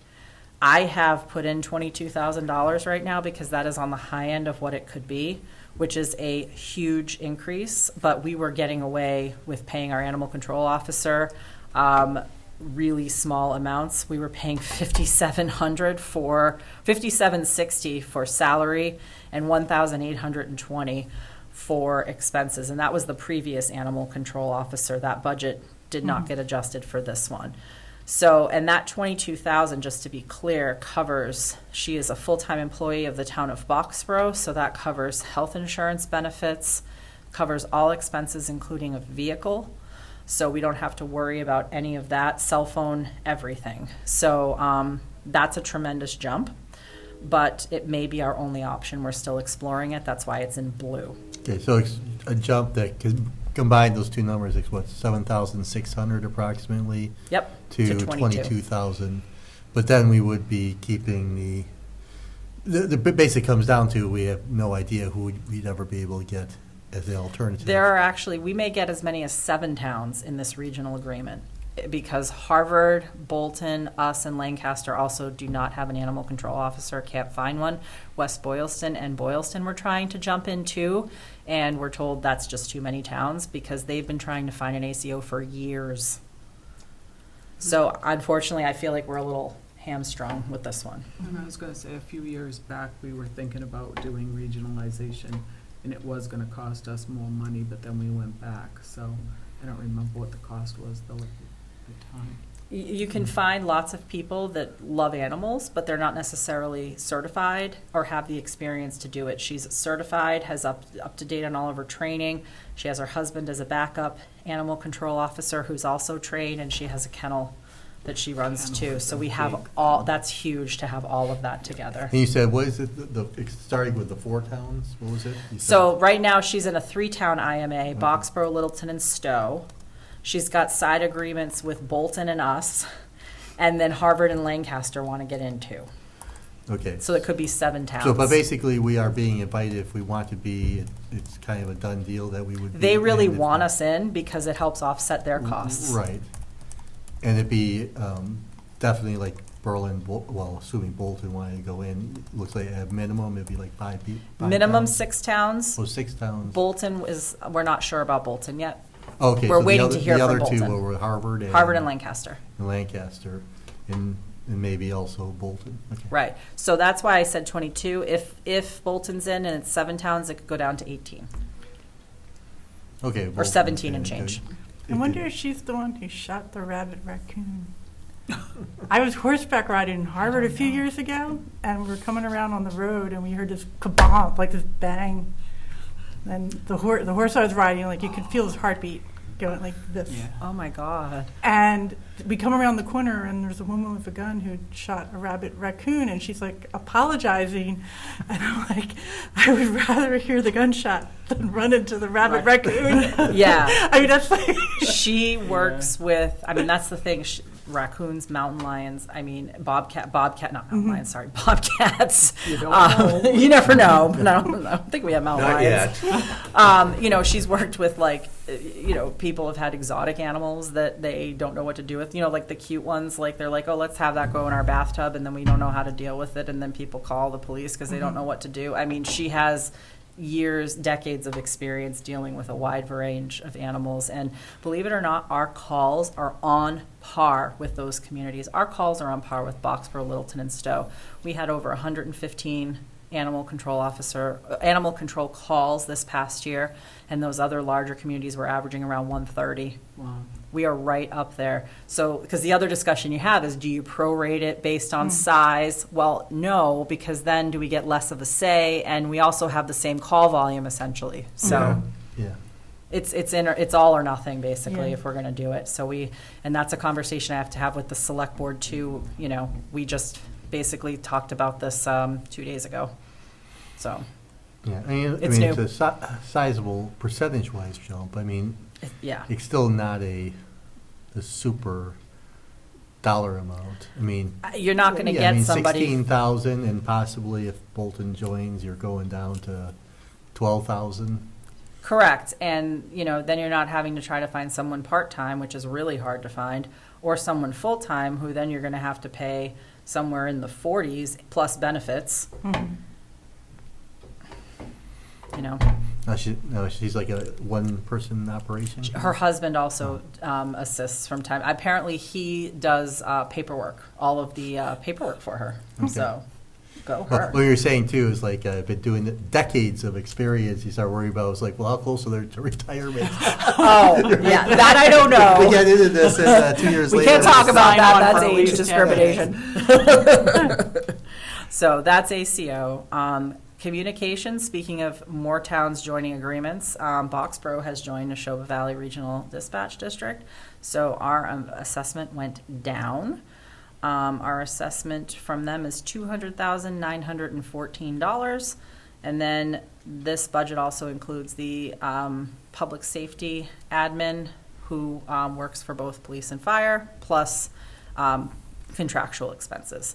So that's why there's actually a 5.3% decrease in that budget, because the NVRDD assessment went down. So that's public safety. Actually, just to go back with, Overall, so 6.6. The animal inspector numbers were also going to get incorporated to the animal control numbers. They were, however, now that this whole new thing has happened this week, Okay. that the IMA, if we did it, would only be for animal control. So it Okay. makes sense now to keep the animal inspector budget separate. Okay.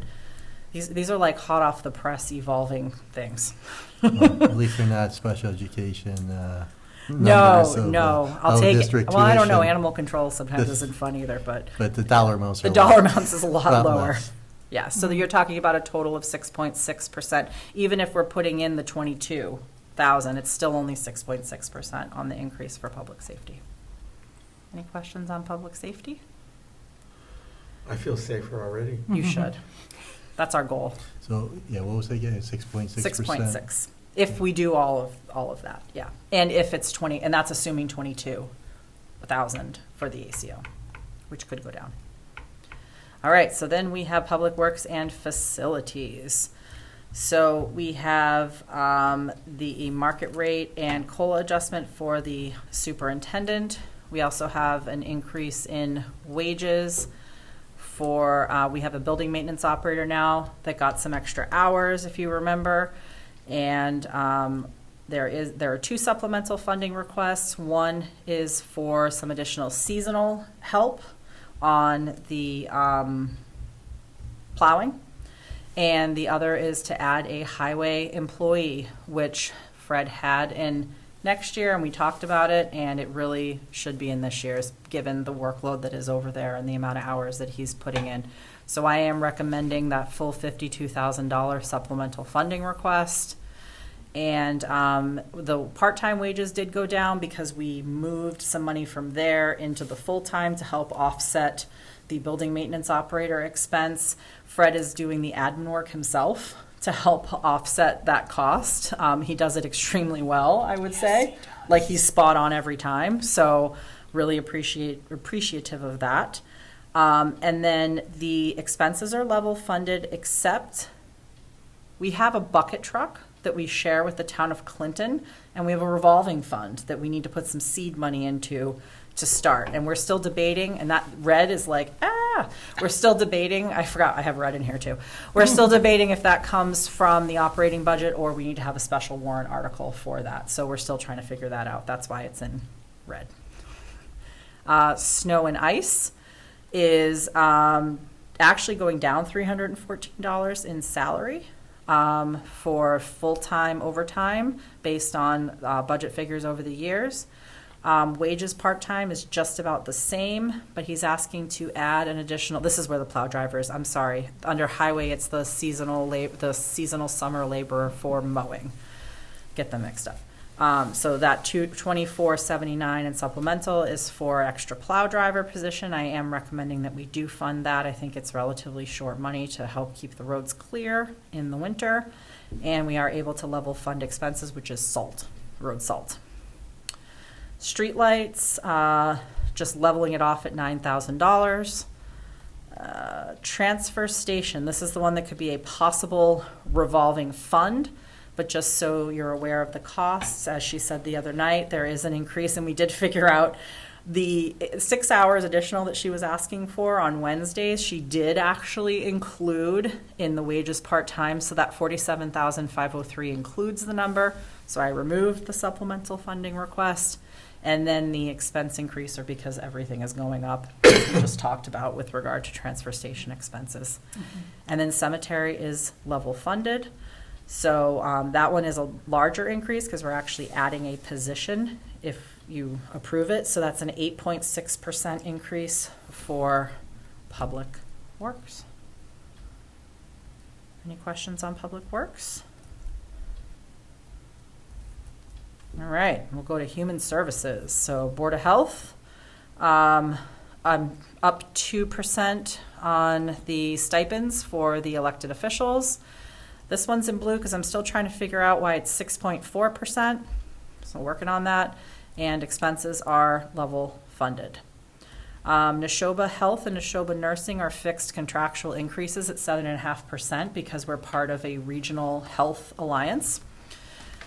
COA Social Services, I have in here to add the ARPA funding money like we talked about. We're actually working that into the budget this year. Is the goal to have that fully funded at the $73,000. So that would be a full-time position for social services / COA like we have now. At this time, and looking at this too, I did put in approval to fund the request for the part-time worker and to put in the townwide newspaper. I actually, on the part-time worker, I actually have some concerns on that. Sure. Because this was originally set up that we had a COA director. Yep. And just a few years ago, we had half-time social services. Yep. Now we're going to triple social services and have another employee that's going to be full-time, because even though you're going to do it for half the year at 25, then Yep. going into the next budget, it's going to be full-time, Right. 50K. Right. And what I would like to see happen instead this year, because I attended the select board meeting, and it sounds like even though they are going up in needs, it hasn't risen yet. It'd be really great if in between now and the next budget, if Victoria would start keeping metrics Mhm. on who she's seeing, where the needs are coming, and what's missing, like what isn't getting done. Because right now, I know she's presenting an idea of where things are going, but she didn't have any numbers to really back it up. And I don't feel comfortable with creating a whole new position without that additional data. Okay. And also because another component, I just think a lot could be done between now and the next year to have a more robust request for the next fiscal year, because the police department has also brought up public safety needs around social services and psychology, and it'd be really great if they could work together, and if they are going to create another position, what it may actually become is a position that some of it may get paid out of public safety. It may actually have a resource person. I mean, Yep. I really think instead of just, it's a need that Victoria's presented, very Sure. valid need. I just think there's such a potential to really create a solid, if it's going to be a second full-time position, it may not be a social worker, maybe somebody with a different skill set or across public safety.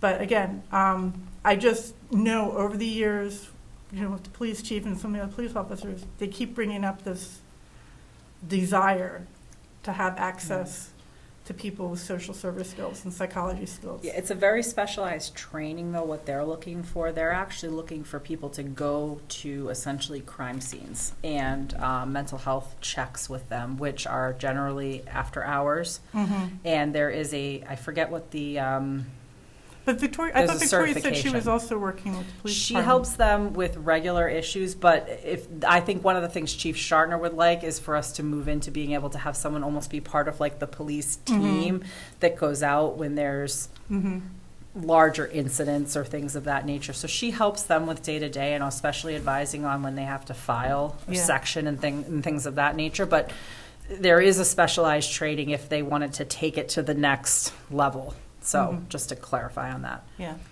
So if we were not to recommend that second position, the primary person would have a salary of $73,853. Is that correct? Yep. Mhm.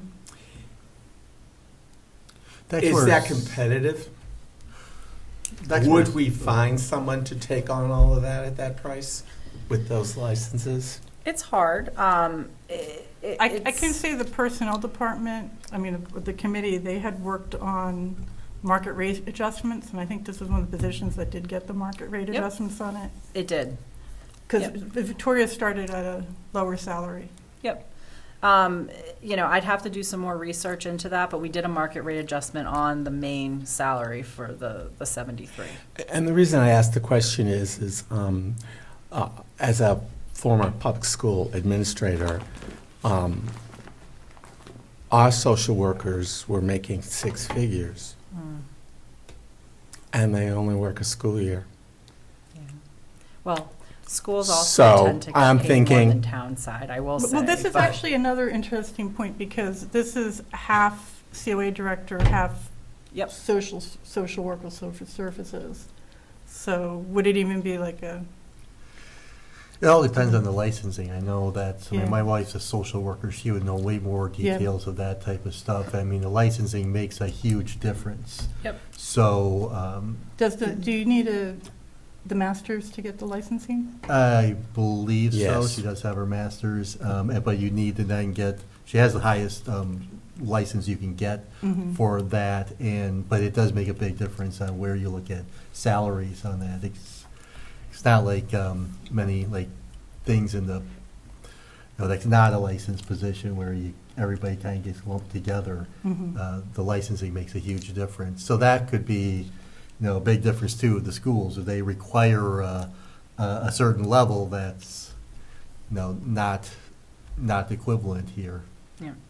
No, it's definitely, I think, something we could continue discussion on. I think your points are But well I think, taken. yeah, but I think what I really like with the supplemental is you have, the departments are telling you now Yeah, so you get the, what's going on. Yeah. So, absolutely. Can I also ask, I really only have a vague sense of what she does as the Council on Aging WACT coordinator. What's like? You know what?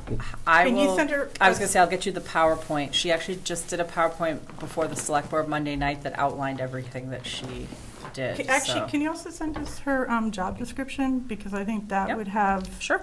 what, I mean, because one of the questions too is, what is she like not being able to meet Yep. the requirements of the job the way it's set up?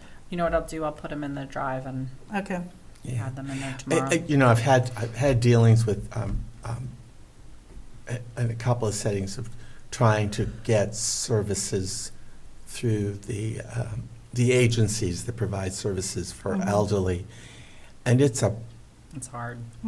it's a rat's nest, and She actually helps to assist. it with- takes forever Yeah. to get something done. It's a horrible situation. It is. And I think that she's a little bit stuck, right? Because there's only so much she can do that's proactive. Right now, most of what she's doing as one person is reactive, right?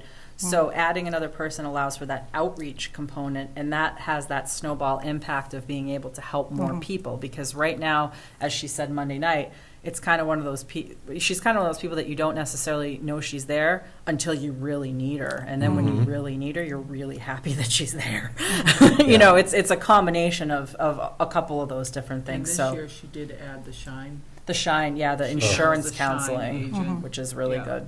Yep. Yeah. So that's her Shine. newest. Yeah. So that, and again, that's just my recommendation. Obviously, FinCom can decide how they want to go on that. Before you go on to that, you know how you were talking about the Board of Health one that you had a question Yeah. on? Is that the extra? Is there an Ready? extra day? There's one extra day, so she did 52 weeks in one day. No way. on And that's top what of made a it. market rate adjustment. And that made it 6% because it's such a small salary. Yeah. Okay. Then that Yeah, answers 6 my hours, question. that's It can the go from difference. blue to yellow then. Look at that. Woohoo! We like it when that happens. Oh no, that didn't work. I gotta fix that. Okay. Now it's green, no. Yeah, right? As long as it's not red. Red's like, eh. Okay. And then veterans we talked about is the 2% cost of living expenses were going up by $35. And level funded on the benefits. And community social services, which is the WHEAT food bank funding, is level funded at $4,000. So if we did make all of those changes, it is a large increase over 24. It is a 59% increase, but it is also only a $168,000. I'm sorry, it was a $126,000 budget in 24.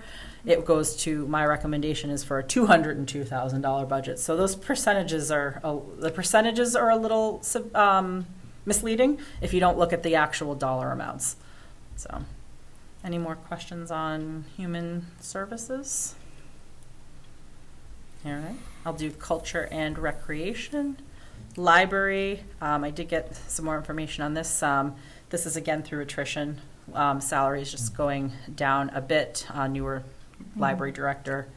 And expenses, these are largely the books and periodicals that they have to purchase to meet their, I almost want to say net school spending. It's not I net was school gonna say spending. quota, so yeah. Their state library number, the magic Yes. number that they It's have to getting meet later, to you're gonna stay get more accredited. creative. I know it. Oh, I did pretty good. I made it till I know, 9:42 before I stopped remembering things.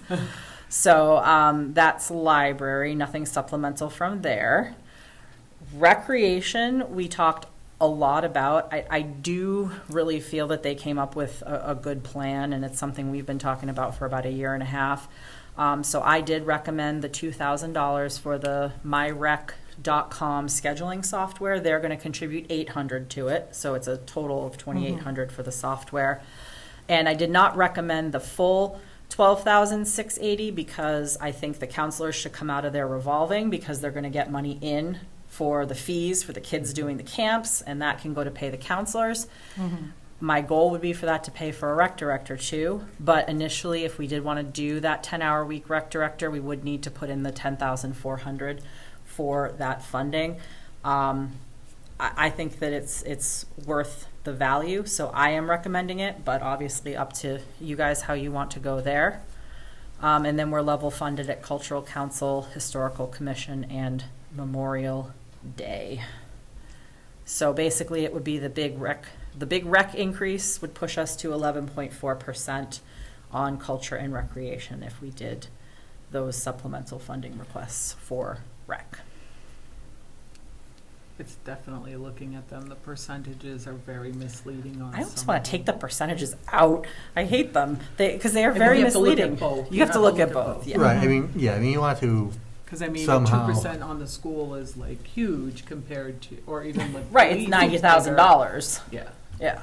And then Barry, what did he His just was take? huge. 70%. He's going to see that and be mad at me, I'm sure, because he's going to be like, "Are you kidding me? I don't want that in the warrant." And I'm like, "But you shouldn't have to pay to go to your own conference. Like, that's ridiculous. We don't only pay you $50 as it is to be a moderator. I mean, of course, come on." of course, at the same time, the large sections that have a small percentage increase but have a huge dollar amount, you want everybody to look at the percentages. So it's not like they're Exactly. saying, you We'll know, just like it's- black out which side we want them to Yeah. look at as we go. No.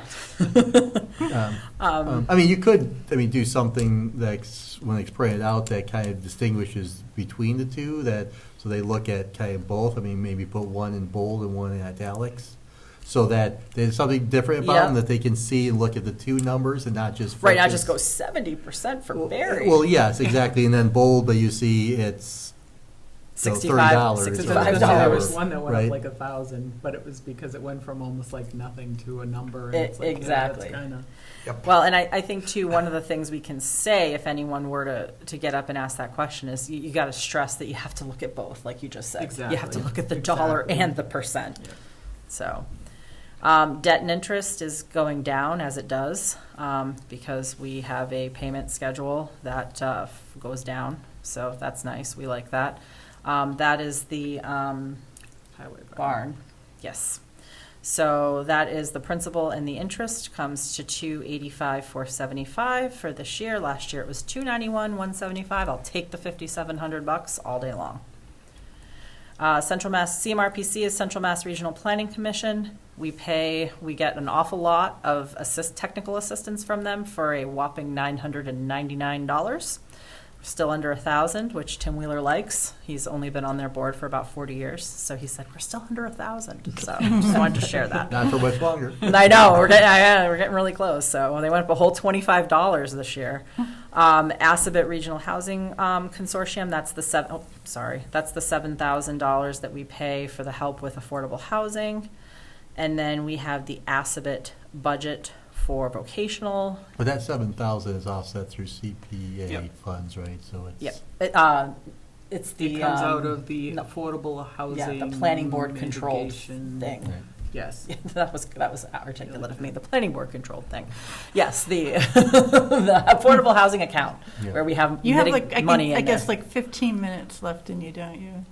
Maybe. Maybe. So always remember that. If you're okay Come with in me after getting punchy, then we're 9:30. all right, you know? So, so Assabet assessment going down, believe it or not, by $83,710 because it is a per pupil assessment and we have less kids going to Assabet Yeah. in FY25. But we have to stress that because next year could be different. Correct. And I think it's only, is it 3 or 4 less kids, believe it or not, that creates that significant amount of difference. I can't remember the exact number, but it was 3 or 4 less It's probably more kids. the increase of other towns that pushes it. We are small, Well, a we had a small big- percentage We had a of, big group that went out and not as big going in. correct. So that was you just kind of, you can look at how it's going to change over the years. It's Yeah. on that.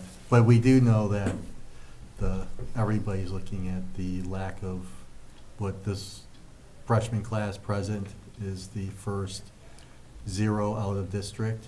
And Yes. after 3 years from now, because we've been getting, the overall costs are being offset by out-of-district tuition, and in Which is 3 much more higher. years, there will be no out-of-district tuition, so, well, every town is gonna get hit with that. Right. And that's the challenge you face, right? Because when the demand is high and you want to serve your in-district kids, that makes sense, but your out-of-district tuition is so much higher and more Mhm. lucrative. So that's a balance there. Debt repayment going down in accordance with the debt schedule by $2,008. And there's this new thing called the Assabet Capital Stabilization Account, where they want to put away money for the rainy day, like we talk about. And our percentage, or our contribution for year one is a whopping $9,078. I think it's wise. The total they want to put away this year is $250,000. So as you can see, overall, our percentage of that is relatively low. Then we have the schools that we already talked about, definitely still in blue. I don't even think we should look at the percentages of the totals right now, because that's still all off. Worcester Regional Retirement is going up 10.8%. That is a fixed cost. We don't have any say over that. Workers' compensation looks like it's going up by almost 140%. That is because I combined the two workers' comp lines, police, fire, sick, and accident. I combined with workers' comp because they're both workers' comp. One is IOD, injured on duty, for police officers, and the other is workers' comp for non-public safety officials. Police and fire, sorry, and non-public safety. So it just makes it easier to track, to have them in one line item. And this year I started by making a couple small little line item changes that I think will make things a bit easier to track. I think one of the things we're gonna need is to write this out soon and just write up a paragraph on it that'll be for the letter to explain the adjustments on line Some of the big items. ones. Well, all of them. I think we should just write up something for every single line item that's been changed. So like the reval. That's like going my into- notes that I have. Yeah, we should put it because that should be, and then we can write it now and have it in the letter. So I have 8 pages of notes on the budget. We could take it from that and, like, I'm sure pare it down to the ones that are more substantive. Yeah, I could actually, too, and make a first cut at it, because I Sure. can look at this, and I think you pretty much have it there. I can make it quick.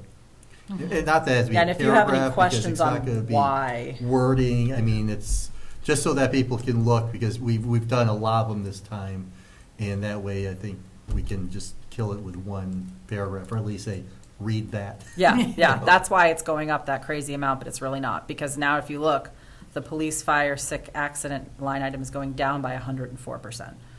So, looks like we're going up 40%, but we're going down 100% in this line item. So it's a weird number. Why is there a minus 1150? Hold, please. I gotta fix that. I don't know why there's a minus 1151 in there. Okay, so I'm gonna have to fix that because that got a little funky. So we have chapter health insurance. I'm still working on.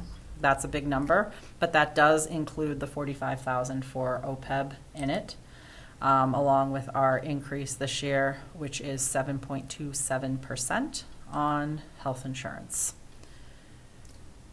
Police, fire, accident, we just talked about. That was combined with workers' comp. Sick pay going up 2%, Medicare going up 4.2%, and property liability insurance going up 2.4%. I'm sorry, 2%. And so that is it. Great. And there's 10 minutes to go. All right. Questions, comments? You have OPEB going into the chapter Suggestions? 32B, is that where we're gonna add the Those, yearly? that's for the premiums, for the But retiree premiums, because they'll go Okay. in, those should come out of the health. just the yearly ones? Just the That- yearly ones. So only the people who are actually retiring. Correct. So one thing we should talk about is if Is I that- switch to the free cash plan, I am suggesting, and I would like actually FinCom's input on this, but I know it's late, so I didn't want to get too much into this tonight. I'm suggesting we put the 10% away, as the free cash plan anticipates, into the OPEB OPEB stabilization account that was created to address the long-term liability. So that would be putting 170, just shy of $178,000 into that this year. So I have the 45 to cover the premiums, and then the 178 would address the long-term liability. Now it's late, and I'm forgetting, we have to have a warrant article for the. There is a warrant article, I just haven't put a dollar amount in there yet because we hadn't talked about it. Okay, I think that makes perfect sense. So it's been established, I shouldn't say it's not yet established, well, OPEB hasn't, actually the stabilization account has been set up. We just didn't accept the section of Mass General Law that said how we were going to actually split create the funding. the policy, pretty much. Correct. The OPEB. So when I say not yet established, I just mean the whole thing is not set up. But there is actually an OPEB stabilization account to put this money into. And I do have a placeholder on the warrant for it. okay, and so it still needs the warrant to pass for it. If for some reason it doesn't pass, the warrant doesn't pass, then that 40, was it 40-some thousand? So there's two separate things. There's the Well, I know this is- 45 in the budget, Yeah, and then there's the 177 that's its own standalone article to put money into the OPEB stabilization. so we have money in the budget, though, that if the warrant article doesn't pass. They're not tied, Oh, they're not? not specifically. No, but if the warrant article doesn't pass, then you're gonna have money in the budget that you can't spend because. Right, you it would don't just flow to free cash, have- Okay, which was what would do, you know what I mean, what it would do anyways, so. Yeah. But yeah, no, I mean, I wouldn't be able to spend it because it's in Yeah. the health insurance line item. I'd have And then nothing you to spend it wouldn't on. be able to do this one though either. Correct. So Yeah. this one would either float, I don't know if we can word it where if it doesn't pass, you could put it into, Well, if it doesn't pass, it Go won't go into in. free cash. It'll just stay in free but cash. yeah, mm-hmm. so. So that's it. And I will have a warrant for you soon too. I'm getting close on the warrant. It's still kind of in draft form, but you have a number of warrant articles you need to vote on as well. That's all for March. Preview of coming attractions. You hit every single one of the lines, by the way, not just the ones that were approved by the select board. Was that a good thing or a bad thing? You just went through them all. I just figured we She was hadn't on a gone. roll and had Well, I was kind of everything. on a roll, so I just did it. Next week, But we it's just we gonna weren't be, voting, no, we were Right. reviewing, and I think it's Yeah. good to get everything. now you can have. It's actually Pat kind of over nice the- to see everything at once. Good. Well, you've had 2 months worth of spaced out presentations, right? So So to like, see how the are you going to one- remember what you saw back in the first week of Actually, January? I was impressed by how much I did remember from those individual presentations. Awesome. That's the goal, but again, that's why I have 8 pages of notes, because I have to write it down to remember it all. But we should make sure that the two people who aren't here tonight, Well, I'll put in note Do when I their send homework. the It emails, would be when I good to send, watch. when I send out our really short minutes. You can tell them it's only an hour, and no, it's only 50 minutes that we really discussed the budget. So if they have 50 minutes, they can set aside to watch the expenditure piece of it. Mhm. That would be helpful, probably. I know, I mean, with all the notes, I mean, before, when I was on the committee before, I used to write up every single, an explanation in a document that we would review at every reason why there was a particular change. And I was proud when, after I left the committee and Scott Hawkins took over, I remember meeting him, and he said he actually had to take a day off of work to write up what I had written. Because I had done it incrementally over Yeah. the years, and all of a sudden he took it out in one shot and goes, I couldn't do it, I can't do it. No, it's a lot. Yeah. It's Yeah. Yeah, a it's, lot of But the weekends, great because thing the other thing about- is you have to be able to focus on it completely. but the great thing though is when you keep that information and notes, you have that past history to go back to on certain Correct. things. Because sometimes also, you see it even in private sectors, like people rely on management and stuff, other people leaving, and then it's Setting like, up oh, what we said systems. was only gonna be 5 years. So, well, we can continue on with it because everybody knew that discussion or promise is gone and it's lost. So we have one other thing, I mean, obviously with the schools, we have the schools invited. and Yes.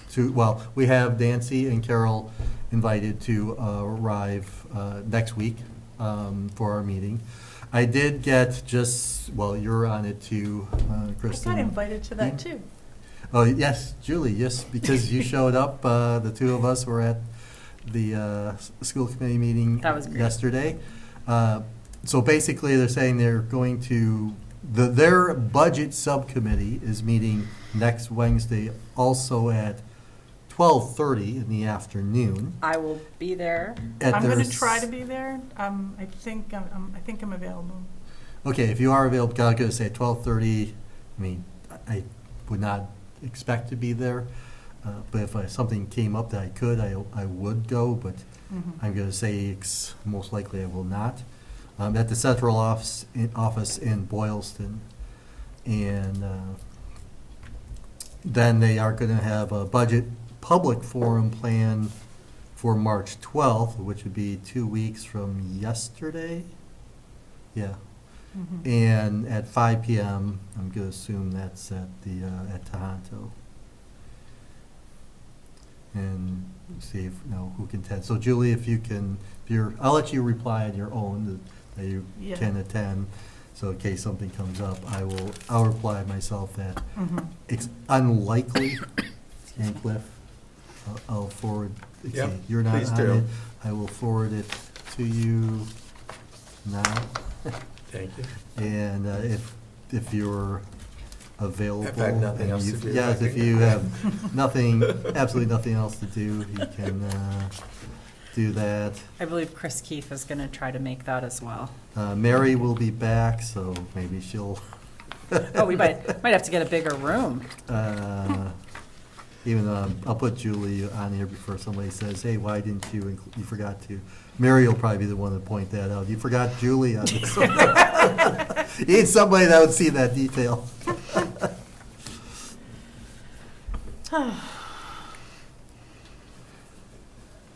All right, and I think that's That's it. enough, Yes.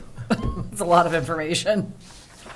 All right, so we can end our meeting properly, have a motion. I make a to- motion to adjourn. All right, second, roll call, Scott, aye.